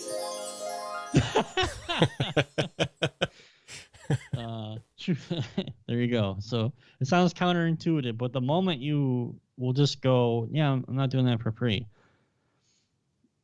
You will run into resistance from people who expect you to do it for free, but you won't.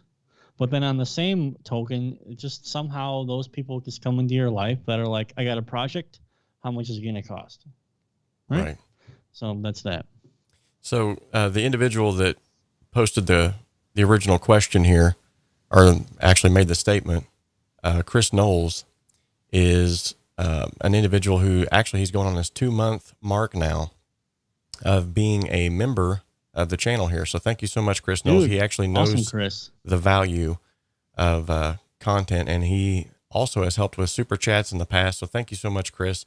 Man, he's crushing it. Oh yeah. What he was saying earlier was about. See, there's always people like Chris that are going to exist. Okay. And there are always going to be people who value what you do. Mm-hmm. That's why when you make the content that you do, not you, but I mean, I'm speaking in general terms, not you Right. specifically, Rob. But I mean, that's why when you make the content you do, and that when you respect yourself enough for what you're doing, people like Chris show up and go, "Hey, this dude is good. I want to support him," and they do. Okay, so that's all good. What do you want to focus on? That's always a good question, right? What do you want to focus on the negativity? Fine. Well, then that's your worldview. That's your viewpoint of the world. Everything sucks. Well, that's silly. It's just like then it's just like you're purposely going out of your way to find anything negative. Well, that takes energy. So don't do that. And this is one of the many reasons why you rock, Chris. So he's not only a member here on the channel, but he also is a Patreon member, and Awesome. he has donated through Super Chats. I believe he's bought a course. I mean, this guy is like going all out. And in turn, because we've developed this mutual give and take relationship, he recently played on 2 different songs now. One of the songs in which is actually in my Ultimate Cakewalk by BandLab tutorial course. He actually played drums on that song. And cool. The most current song, The Crossroads, that we just released together, he played drums on that as well. And it was one of those things where it's a mutual give and take, and he's just all around awesome guy. So thank you all so much, by the way, all of you who have given. I know Mob the Gamer here. He's a brand new member here on the channel. Thank you so much as well. Zave has given generously in the past. Excellent. Many of you who are here in the chat have been givers in the past. I greatly appreciate it. And what you don't understand is, I know a lot of people are like, well, I can't give much. If you give anything whatsoever, that sends a signal to me that something that I'm doing here has worth, because there's a lot of times where you put out videos and content and a lot of people don't realize, excuse me, and I'm sure Scott knows this all too well, just how much time goes into even a 10-minute video, especially if you're a perfectionist like I am. And so any little bit that you have given, don't think of yourself as being less of a person or less of a fan because you haven't gave anything at all, or you haven't only given a little. I'm just happy that you're here, period. And absolutely. But to those individuals who have went that extra mile, if you have it to give, thank you so much. You would not believe how much that has been a shot in the arm sometimes, when I've literally just looked at my channel and went like, why am I doing this? You know, like all the hate comments and all the email, and like you've said, death threats. And I had a guy who, because I love funky socks, I made a video with guitar pedals, and I wore a weird pair of socks. I think it was Argyle socks. And this dude was like, I hope that you burn in Hades, you blankety blank. Your socks need to blood. And I was like, over my socks? Really? Yeah, I know. And it's like, so I actually framed that guy's comment and put it on Instagram. I was like, hey, everybody, go check this out. This guy's got an awesome channel. Well, when you go to his channel, it's like nothing but stupidity. And I'm not trying to be rude, but I'm like, what are you contributing to the world other than your hate comments? So to those of you who have contributed in any way, shape, or form, thank you so much for that. And you guys would not believe how many times, like when you get a comment like that, I'm like, you know what? There is other people who find value. So yes, get on down the road. Been there, done that all the time. I did a interview with a guy named Nick Barker, who was the drummer for Cradle of Filth and Demi Borgator. And the first interview we did together, well, he basically was my drumming hero. He's the reason I started playing drums, right? And so obviously it was very exciting for me to talk to him, so on. I was very excited.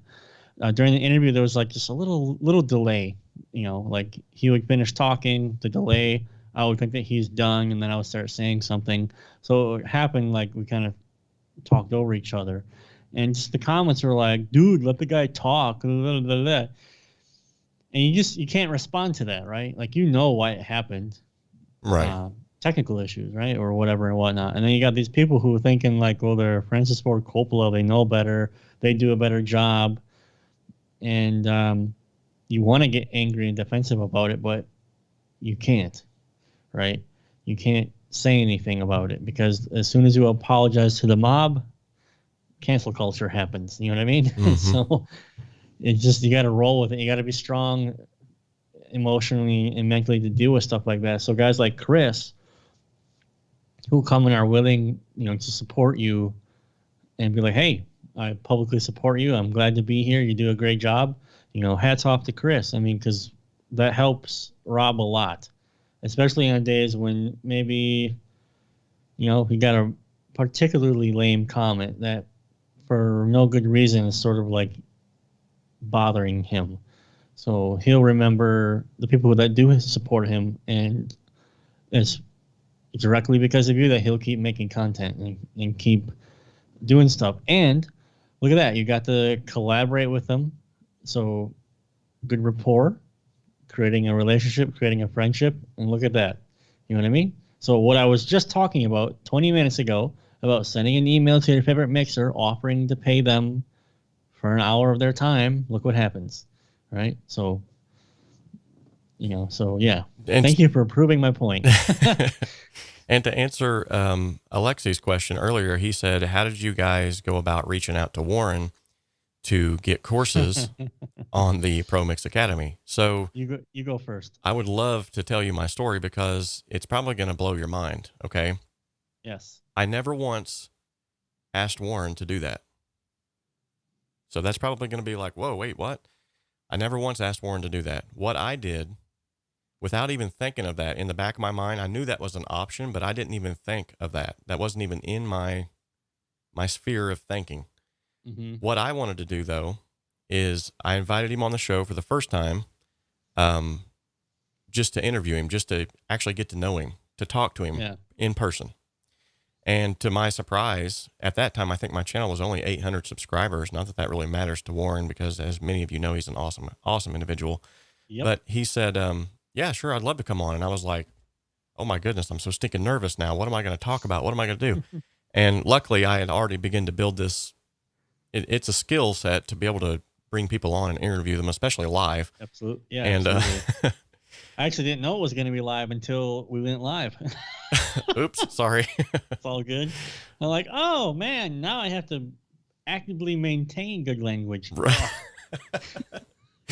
But nonetheless, I reached out and I got him on the show and I began to build that rapport, just like Scott had said. And we talked a little bit off camera. He found out that I'm an okay individual. I found out that he's more awesome than what I even thought he was. And from that point on, though, and even before that point, I should say even before that point, long before that point, I had always given him credit where I had learned something from him. I said, hey, Warren Hewitt over at his channel, go and check him out. He taught me this little trick or this little, he showed me this. And so I began to already provide value when I wasn't even supposed to be providing value. There's the key word. And so when I reached out to him the second time and I said, hey, it's been, 3 or 4 years since you've been on the channel and I've grown since then. I would love to be able to get you back on. I've got more followers now that I think would really get more from your content. And instead of just asking sort of these cookie cutter questions, I'd like to have it live so that they can ask you questions live. And he was like, absolutely. Sounds like a great idea. Had no clue about any of this, even going to transpire to anything that it has. And so what happened was we got to talking off camera. Actually we got to cutting up quite a bit and he was like looking at his watch. He's like, oh my goodness, I've been on here way too long. And cool. He was like, I've got things that I got to do. I got to go. And so he realized like Robert's actually a pretty good hang. So in the midst of all that, I just casually, I said, hey, I've looked at a lot of your courses and I just noticed that you didn't have a cakewalk course. That's all that I said. And he goes, yeah, actually, I've already been thinking about that and you came to mind. Now, what would make him think of me in that process? Well, I already had a channel that was based off of providing content and value in that for free. And I had already actively been promoting his channel. And he knew that every time that I would learn something from him, I would be sending people his way. Right. And so there was already that reciprocal relationship. And so whenever I brought that up, and I wasn't even bringing it up. It was literally just like, hey, I know you noticed you haven't. Cause I thought in my mind there's 1,000 other people out there that could do, a way better job than what I can do. And so immediately he was like, yeah, I've already been thinking about it. I would actually like for you to prepare a course. We need it by October. I'm like, oh my goodness, the ball's rolling really quickly. So to answer your question on my end, Alexi, it wasn't anything that I did not approach him and say, hey, I want to make a course on your channel. It literally was just an organic thing of me creating that value for him, and him in turn saying, hey, you've created value for me. You've brought individuals to my channel. I'm going to start trying to help you out. And so I'm almost positive that might be Scott's take on this too, but I'd like to hear his story as well. So pretty similar, actually. But that's the point, actually. See, the thing is, here's a really good, get that sound effect ready, Robert. Okay, here we go. Money follows value. Nugget. So, there you go. That's it. Yeah, my story is pretty much the same. So what happened was I had developed guitar tone mastery. What year is it? 2021. This time. No, hold on. Wait a second. In 2019, I had developed. Yeah, so 2019, I had developed guitar tone mastery and then launched it by myself. And I already started getting, people in it. Just so happens one of the people who got it was a new Glenn Fricker.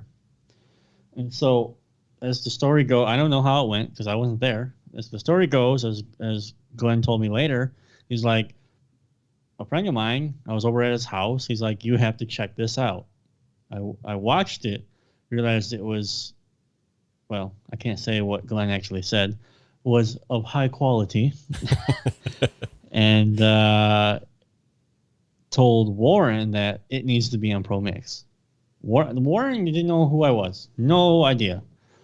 And then we got on a call, we chatted, and kind of like the same situation with you. And we worked together, getting the landing page and everything ready. And the only thing that was really cool was I had already like a bunch of marketing material already to go. The course was done already, so it was just a matter of when do they want to release it, and that's how that happened. So again, what I had done was the only thing that I did differently than what Rob did was I had actively looked for affiliates because I was doing it via, email marketing, right? And I had sent an email to the support team at ProMix, and I never talked to Warren directly because they have their own support team. Mm-hmm. And we shared a couple of emails, and then just no more contact. I was just like, oh, okay, they're not interested, no big deal. And then literally 6 or 7 months later, I was like, well, let me email them again. They never said no. They never outright said no. So I emailed them again. And then it was like the stars aligned because at the moment where I had emailed them, Glenn had just before that learned about it. And then I emailed them, and that was like the reminder, like, oh, yeah, we need to talk to Scott. And that's basically what happened. And then now that obviously we're in the ecosystem, like, I use Cubase. So Warren's like, do a Cubase course. And I'm like, yeah, I have a couple ideas first, but I can. The upcoming one's going to be drum programming. So, and then like Rob said, Warren is extremely inviting, super easygoing guy, straightforward. What you see is what you get with him, basically. That's it.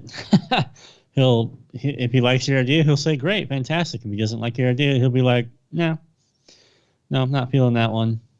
So I love that about him. Yeah, really easy to know what's good, what's bad, how to go, how to proceed, or so on and so forth. Very open to collaboration, and happily will be on anyone's channel. So, yeah, I think that's basically it. But both of our stories are essentially the same. We didn't actively go out to like, I want to be on ProMix, so I'm gonna bother Warren until I get an interview with him, and then I'm gonna shove my idea down his throat until he agrees. Not even remotely like that at all. And I would say too, Alexi, the fact that I've noticed nearly every time that you've posted, like, hey, I just hit another milestone, Warren is all the time on there saying, hey, congratulations. Yep. So that right there, yet again, shows you're on his radar already. So if you have something that he feels like will be valuable to his audience, I guarantee you he's going to readily He's gonna ask you. Yep. He's going to ask you. So, And that's the thing too, yep. with like even before the course came along or anything like that, when I had him on the channel that day, I had just bought a brand new set. Actually, I think it was the same set of headphones that you just held up, those Audio Technica headphones. The ATH 50Xs? Yes. Yes, Yeah, it was. nice. I had just bought a brand new set of those. I reached out to Audio Technica and told them that Warren was going to be on the show and that I wanted to have a giveaway. Now, I did not even tell Warren about this. So whenever he came on the show, I said, hey, because Warren's here, I want to have a giveaway, and here's how you win. Go and join the Pro Mix or the Produce Like a Pro Academy. And send me a link or some kind of a screenshot that shows me that you've joined. And once I have that information, I'll put your name in the hat. And he was like taken back because he was like, you don't have to do that, man.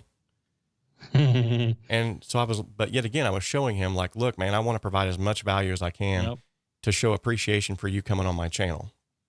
And so all of these things add up to, honestly, it's almost like if you just be a good person and just try to always end the conversation, especially with someone that you really highly esteem, you're going to think this sounds really strange, but always end the conversation with, if there's any way that I can help you whatsoever, let me know.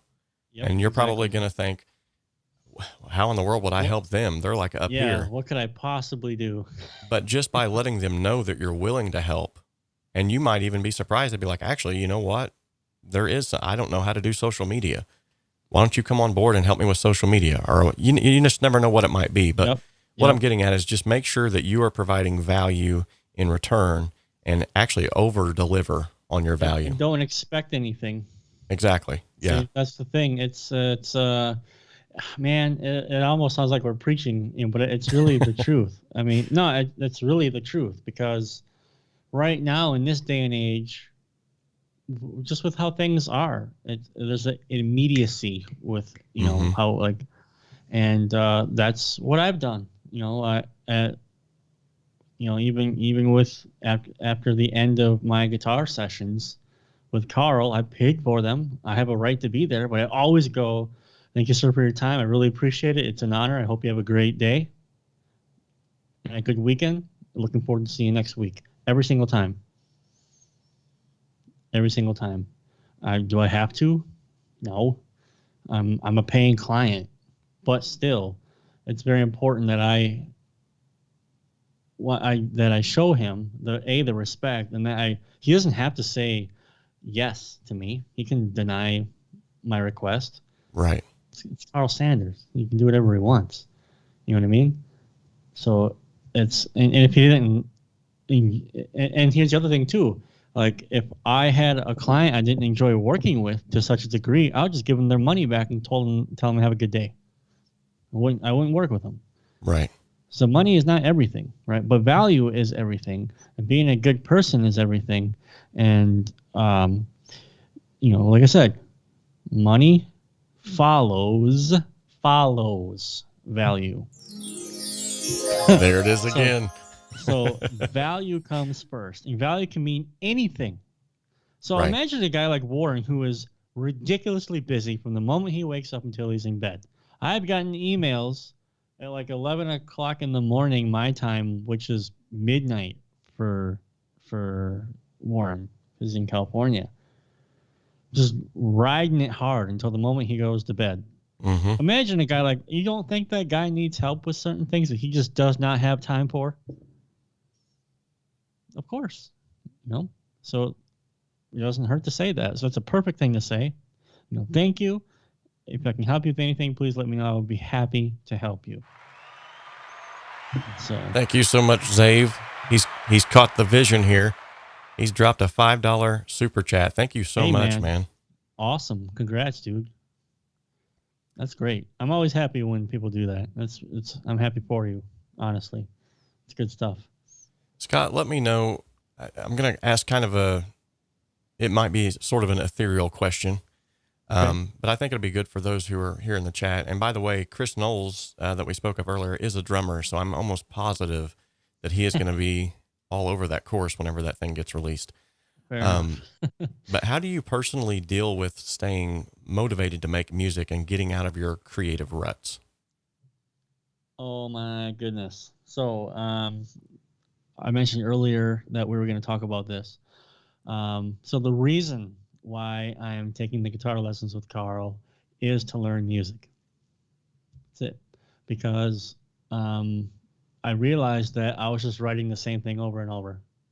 And that my lack of music knowledge, theory, whatever you want to call it, was putting me in a box where I just don't have any more idea. I can't write this E minor riff any more ways. I don't know how. Right. Okay. So I realized a deficit in myself that, okay, in order for me to get better at what I'm doing, I have to grow. Right. And that's been because I was absolutely demotivated. Like the last proper, I've written a couple songs here and there, but if you go back into my 20s, I have folders upon folders upon folders of all of my cakewalk sessions, by the way, from 2002 until today, where I'll go back sometimes and I'll see, like, in the month of July in 2007, I wrote a song a day. Wow. Or at least had musical ideas every day. Okay. Good or bad, that's not the point. But had inspiration or some kind of musical melody or idea that I wrote down. Since basically 2014, I've had like 4 songs. Right. I know the feeling. Yeah, some of that has to do with, I have a daughter now. I mean, I'm the breadwinner. I need to pay the bills, so on and so forth, blah, blah, blah. But that's not an excuse. What that basically meant was I have to become more efficient at what I'm doing, because I remember now that the reason why I was able to come up with all those ideas back then was because I had oodles and oodles of time to do it. I could stay up all night working on one melody, because what else was I going to do? Right. Nothing. I was already committed back then, so I wasn't out drinking. I wasn't out partying. I wasn't out doing anything. I was at home with Cakewalk Pro Audio 9, a soda, most likely, a frozen pizza, and going at it. I don't have that kind of luxury anymore, because, like, right now, like when we're doing what we're doing now with you, I had to tell my wife 5 days ago, hey, on Saturday at this time, I have to have this spot. Right. I can't help you with the daughter. I can't be around. I just can't. You got to leave me alone. Right. 5 days ago, I got to plan that. Mm-hmm. Okay. I mean, that's totally different, just a totally different dynamic of life. And unfortunately, music creativity does not work in that realm of. Right. So the important thing is to get to get faster. So if I have a riff idea, to be able to identify what chord it is, what key I'm working in, and what scale I could possibly work within, or how to break the rules, so I could develop an idea faster. That's it. So, and that has been a very motivating thing, honestly, to me right now. Every time, and Carl gives me great. Here, I have the book here. He gives me great actual. Sorry for hitting the microphone. Gives me great actual tasks for me to do. Like the very first lesson we ever had. And I'm literally like opening up all my insecurities right now, because I know nothing about music, but whatever, it doesn't matter. I don't apologize for it. I knew nothing, and the very first thing I ever learned was what a G diatonic scale was, what notes were in it, how many sharps there were in it, and I had to write it all down. I don't know if you see that. Where am I? Yeah, I had to write it all down. I had to number the notes. And I had to literally count, be like, oh, okay, so the 6th note is the minor of this. And I wrote all the chords down. And then I went to my guitar. I downloaded a sheet that has all the notes on the fretboard to start memorizing. And I found all of these chords. And it took me like 2 hours to do this. Super, super simple. Probably a kindergartner could learn how to do this faster than I could, right? But that's not the point. The point is I'm committed to doing it. So every time I do this, I have all these notes of what I'm doing, what I need to do. And every week I get a homework lesson. So the first week was, find all the notes, find all the 135 chords in this scale and then demonstrate them to me from memory, right? Next week was build every chord of G from the 5th string. Okay, that was an interesting one, right? All the different chords, and with various positions, string skipping, obviously. And then this week, I had come up with a melody line idea. Of course, it's in E minor. And he goes, all right, so Scott, here's what we're going to do this week. And I don't remember everything off the top of my head right now. He's like, here's how you can build minor chords. Here's how you can, do this. What I want you to do is for every note that I do, you just plague me. Every note, I want you to come up with 3 chord variations that you could play under that note. So all the homework is practical. It's interesting and engaging for me, and it speaks to me from a songwriting creativity process. So that's really cool. So that has been very motivating for me because I've been able to listen to music that I've listened to for a long time, and I go, that's a G scale, and that's exciting for me, right?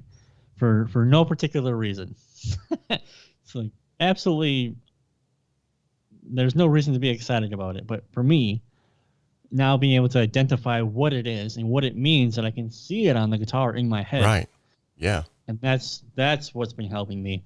And I'm inspired by the knowledge, knowing that in time I'll be able to have these ideas that I could legitimately work on them in my head.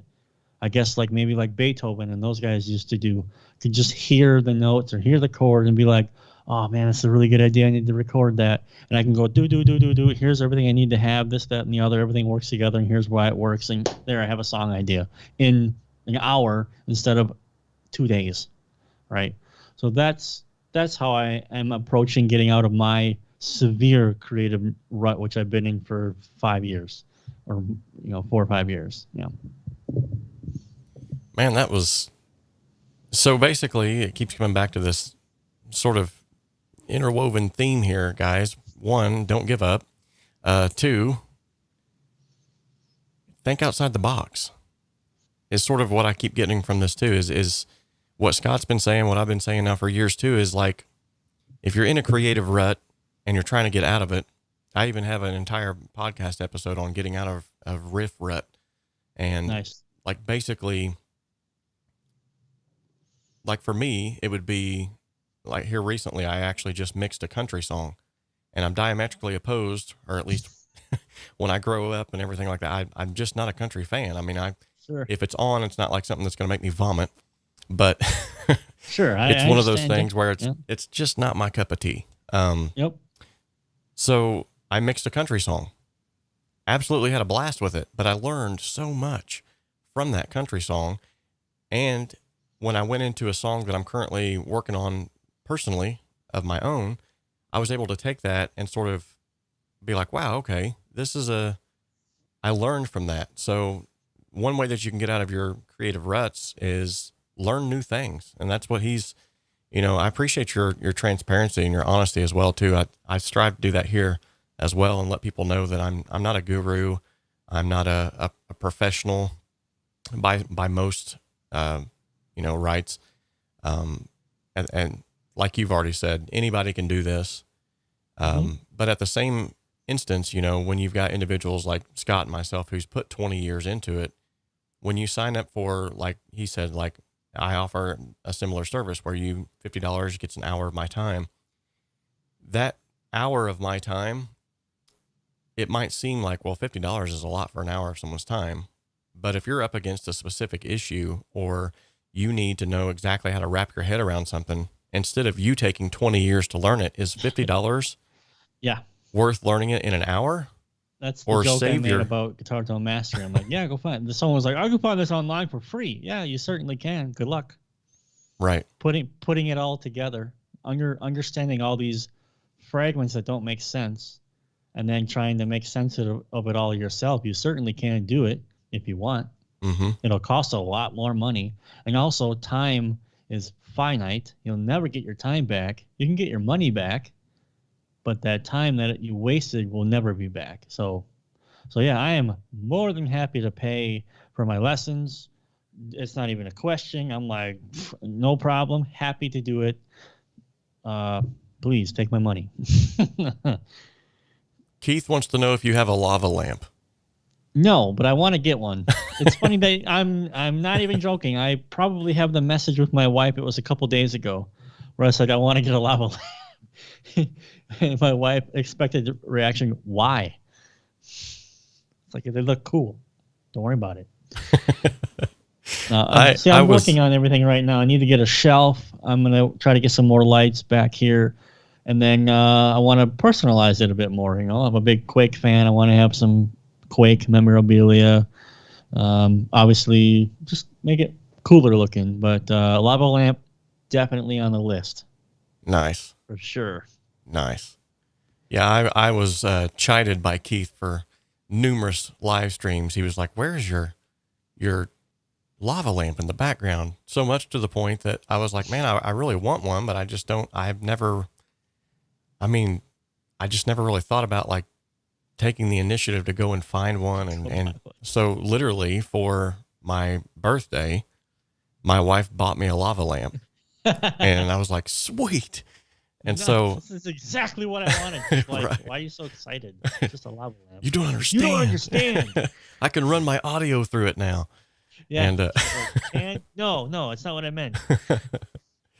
And so we made a joke that I was going to actually create a way to run audio through the lava lamp and heat it up and get it nice and waxy sounding. Perfect. And I even actually had a couple episodes where I've still got a scene here where I had the lava cam.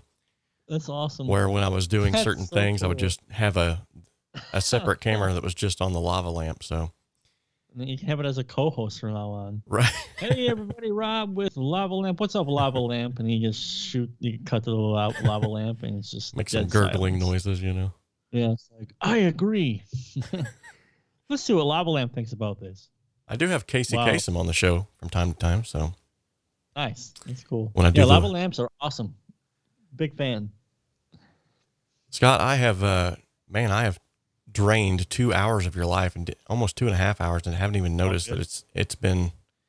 So I don't want to keep you much longer, but I do have one more question that I feel like, sure. All right. I really want to ask, and I feel like this is another one of those that might get off into the ethereal thing. All right. I'll limit it to 1 minute. No, I don't mean that you need to limit your answer. I'm just saying it's one of those questions that's kind of like, like how do you approach this? But how has music impacted your life? I'm alive. Quickest answer ever. I mean that very literally. So when I discussed earlier about, my early life being unstable, I mean, it was unstable with a capital U, or maybe all the letters are capital. Not just because of, the way things were with my home life at the time, but I was born with a bilateral cleft lip and palate.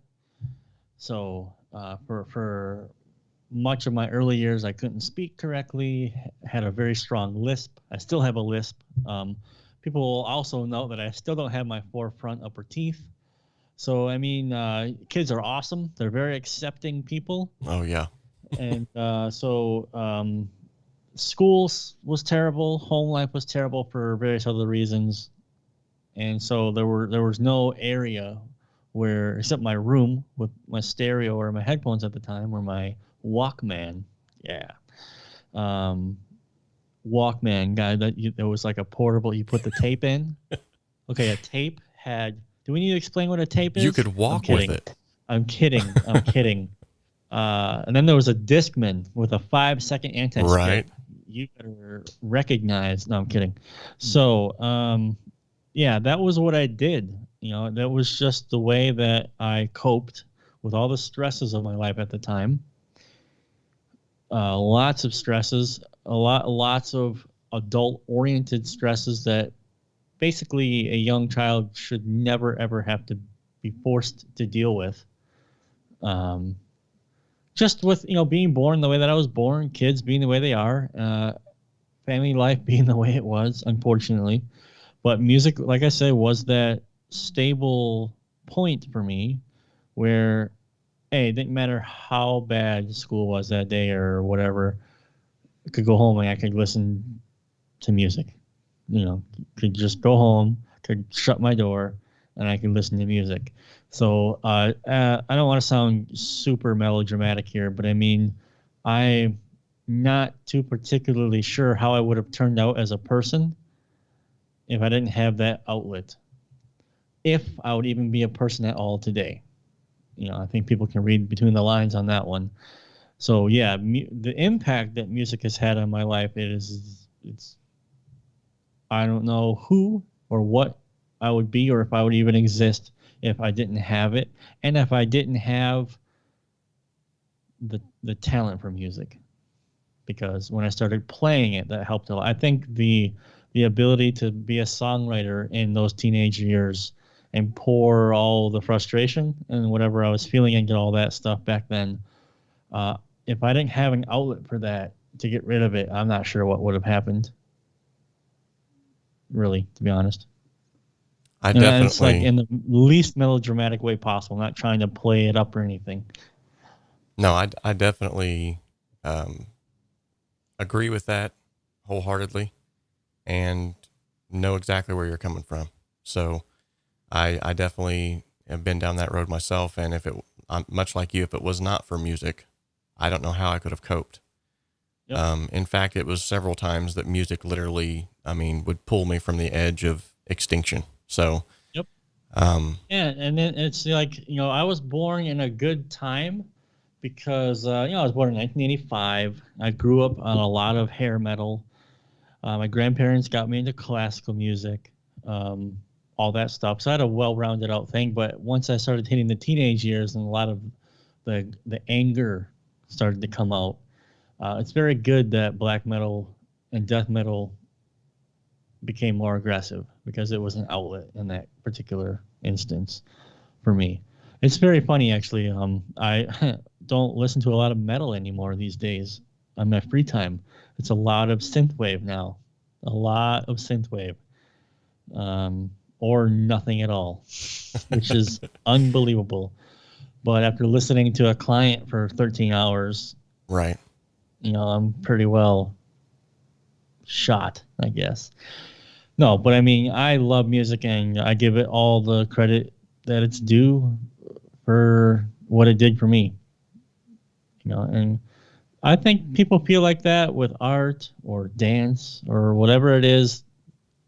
I think it's a unique thing that specifically creatives have to struggle to deal with, because if they don't have an outlet, they simply just don't enjoy existing. If there's no way for them to create something in whatever medium it is that they feel to be creative in, it's not fun. It's very interesting being a creative person and seeing non-creative people where they get different enjoyment in different things, and not just different things. That's obvious, but the way that they enjoy things differently. Like if I listen to music, I want to experience it. I'm expecting to be moved. I'm expecting to have an emotional response. And that's how I judge if a song is good or not. If I literally feel nothing, and it's just like, all right, that's a bad song for me personally. Okay. Other people could listen to a song, and as long as it's just like not annoying and it can be in the background, that's how they enjoy music. It's just like a noise filler. It's just something they have on in the background, like the TV is always playing or something. But what really drives them is carpentry, figuring out the knots and how to make those really exquisite, great, fine. But it's different for everyone. But yeah, music is quite literally everything. And you absolutely know I am playing music for my daughter all the time. So man, she seems to enjoy it. So that's a good sign for me. Awesome. Well, I've got Good one question. more surprise question. All right, let's do it. This question is one that you were not prepared for. That's good. Can I keep my clothes on? For now. All right. Okay. What is your favorite color? My favorite color? And this is a two-part question. What's your All right. favorite color?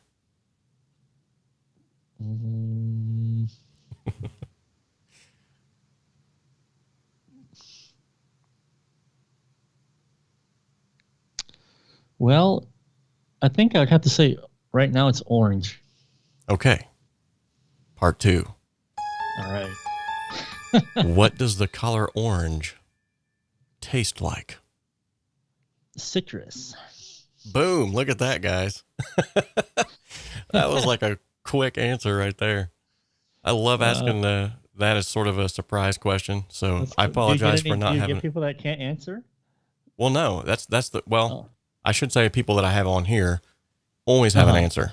Creatives always have an answer. That's what I love about it. And in fact, it's usually like something that you would not even like what? I know when I had Maor Applebaum on here, mastering engineer, I asked him, I said, what's your favorite color? Black. I was like, okay. I said, what does the color black smell like? And he went into this. It was like a 30-minute long explanation of how black isn't really black, but the absence of white, and how that it would, if it had to have a smell, it would have. I was like, wow, this dude has got his thinking cap on. So I was in my mind, I was like, black, red, or orange, black, red, or orange, black, red, or orange. But I really have been all about orange lately. Don't know why. Just it's a cool color. Otherwise, I think green was a favorite color of mine for a long time too. But black is always a good color. Nice. Good way to kind of end it on a high note. Stuff. But guys, I want you all to go and check out Chernobyl Studios YouTube channel. He's got a ton of content on there that you're going to get a lot out of, especially I know Chris Knowles just said something about you need to have a drummer on. Actually, he just interviewed a really good drummer. So you might want to go and check that out. There's 2 interviews actually. So there's the one where people were all mad at me about, and then there's the second one, which I made it all about the viewer actually. So he answers questions only from comments that I got. So there's 2. So if you know Credo Filth or Demi Borgator and Nicholas Barker, then that'll be a good interview for you. Awesome. It'll be cool. Yeah, so drummers guys, are cool. By the way, I am a drummer. So every time there's a video, there's a drummer on it. Ooh, there you go. But yeah, fair enough. No, I know what he means. It's a good thing. It's cool to do the interviews. It's fun. Well, we definitely greatly appreciated having you on. What you do too. It's really great actually that you're doing the content that you do geared towards the audience who watch it, especially with Cakewalk. I mean, we didn't really talk about it a lot, but I mean, I was a diehard Cakewalk guy until the end, basically. Actually, I got a text message from one of the guys who works in the office.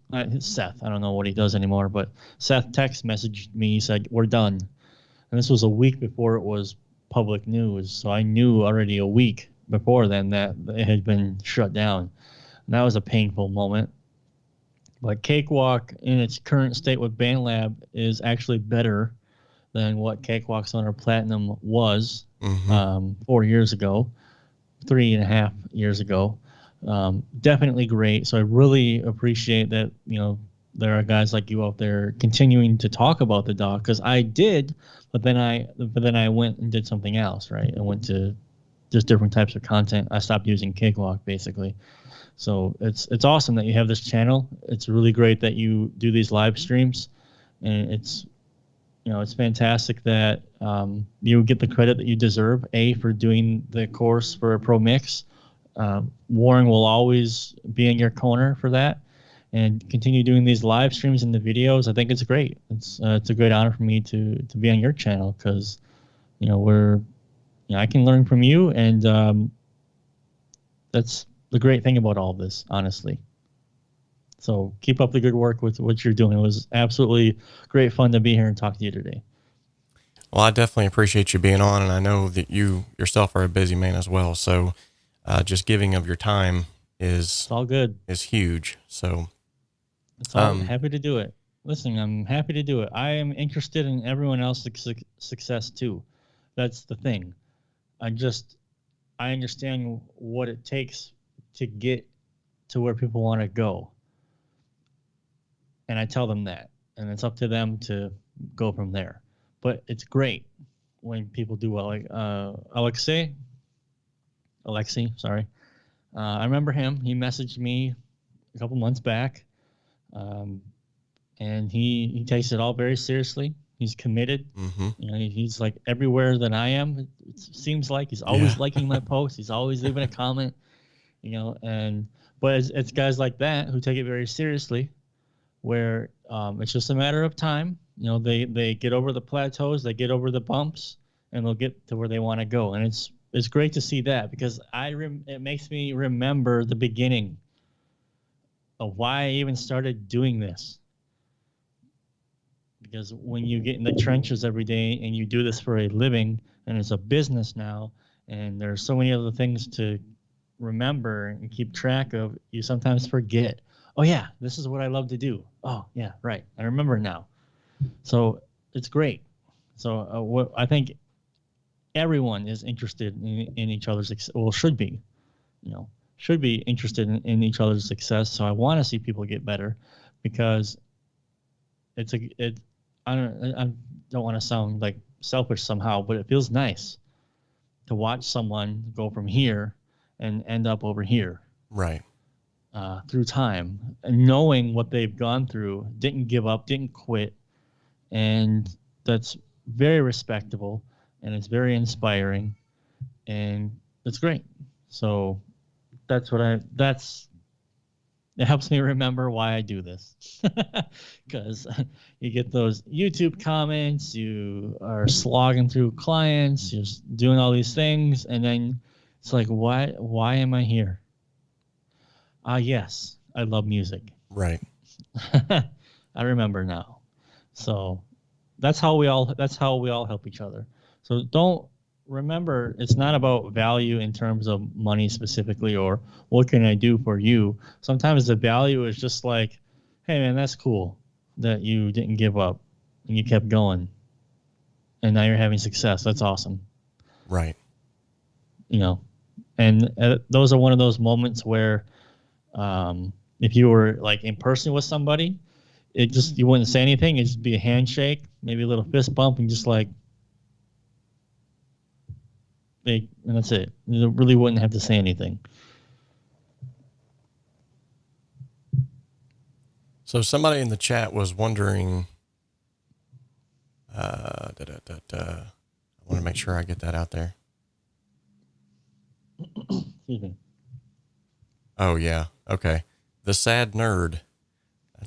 That's an interesting name. He says you guys should do an improvised exit jam before ending the stream. That would be awesome if I was set up and ready for that, but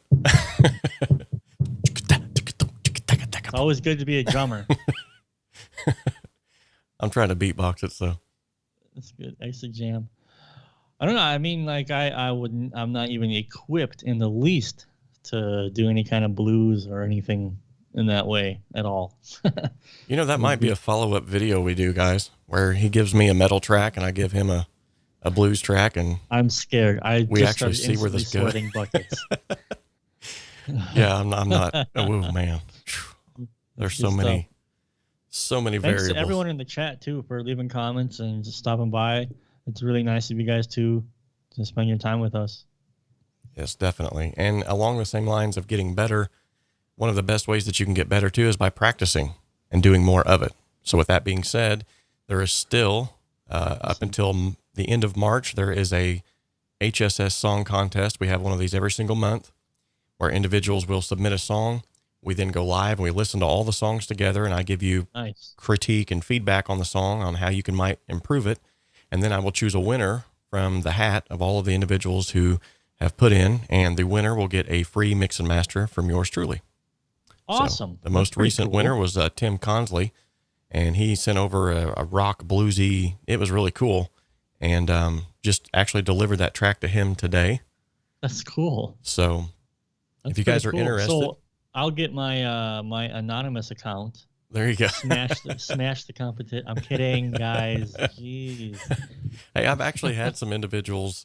I don't know if you're familiar with Sam over at Sam Canuck over at Sam's Recording Academy.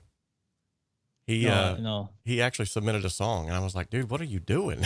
And I played the song on the stream, and like, not to be rude or anything, but I mean, there was like, entry level mixes that were, and I'm trying my best to give like some insight, and here's how you could improve that. Here's maybe some things you could do. And then I play Sam's track, and everybody's like, what in the world? And I'm like, guys, listen, don't worry. This guy is a professional. You don't understand. He's trolling us. So he's trolling us. He was a super nice guy. I love Sam to death, but he wanted to get his song out there. He laughed. So He giggled. oh yeah, I'm sure he did. He was like, Actually, the prize should have been a free mix and master from him. There you go. Send it over his way. That's what happens. You want to submit, the winner gets the free mix and master from you. There you go. He'd be like, you know what? Maybe I'll just share this with you in private, Right. But yeah, it's all good. If you're interested in getting in the song contest, though, I've just posted a link to that. There's a form, just real brief form that you got to fill out. That form doesn't give me your email address. It doesn't go on to some mailing list where you're going to get spammed. It just allows me to be able to email you if you're the winner, so we can actually send the multi-tracks back and forth and all of that. Cool. I don't put that on my email list, though, that I send out monthly or whenever I feel like it. Honestly, it's more like 3 times a year. It seems like anymore. Yeah. But yeah, the best way that you can get better, though, is just to actually start releasing stuff, get it out there, and then you get some professional feedback. And I can usually pinpoint some key things that will help you to get it to the next step. Actually, there's an individual who's not in the chat right now. I don't think. Yeah, he's not here right now. Mark George frequents the channel quite a bit. And whenever he first started submitting tracks, they sounded great. Don't get me wrong. But he emailed me personally, said, dude, I took all of your advice to heart. And now he's submitting tracks that I'm like, oh my goodness. Got to delete these. He's Yeah. a little bit too good. Yeah. Listen, you cannot enter these anymore. Go. Shoot. Well, he did win 2 times in a row. And finally I was like, okay, we've got to, I got to pick someone else based off of not just how good they sound, because yours are sounding great right out of the gate. So congratulations, by the way, but stop it. Right. Well, That's Scott, cool, though. That's a thank good you feeling. so much, man. I really appreciate you coming on the show today, and Happy to be here. It was a lot of fun, man. appreciate everybody A lot in of the fun. chat and all of the generous donations that have been coming in here lately. Thank you all so much. So until next time, guys, remember this channel exists to simplify the complexities of the home studio and to help you make professional sounding music in a less than professional space. We can dream alone, we can create alone, but together we can achieve so much more.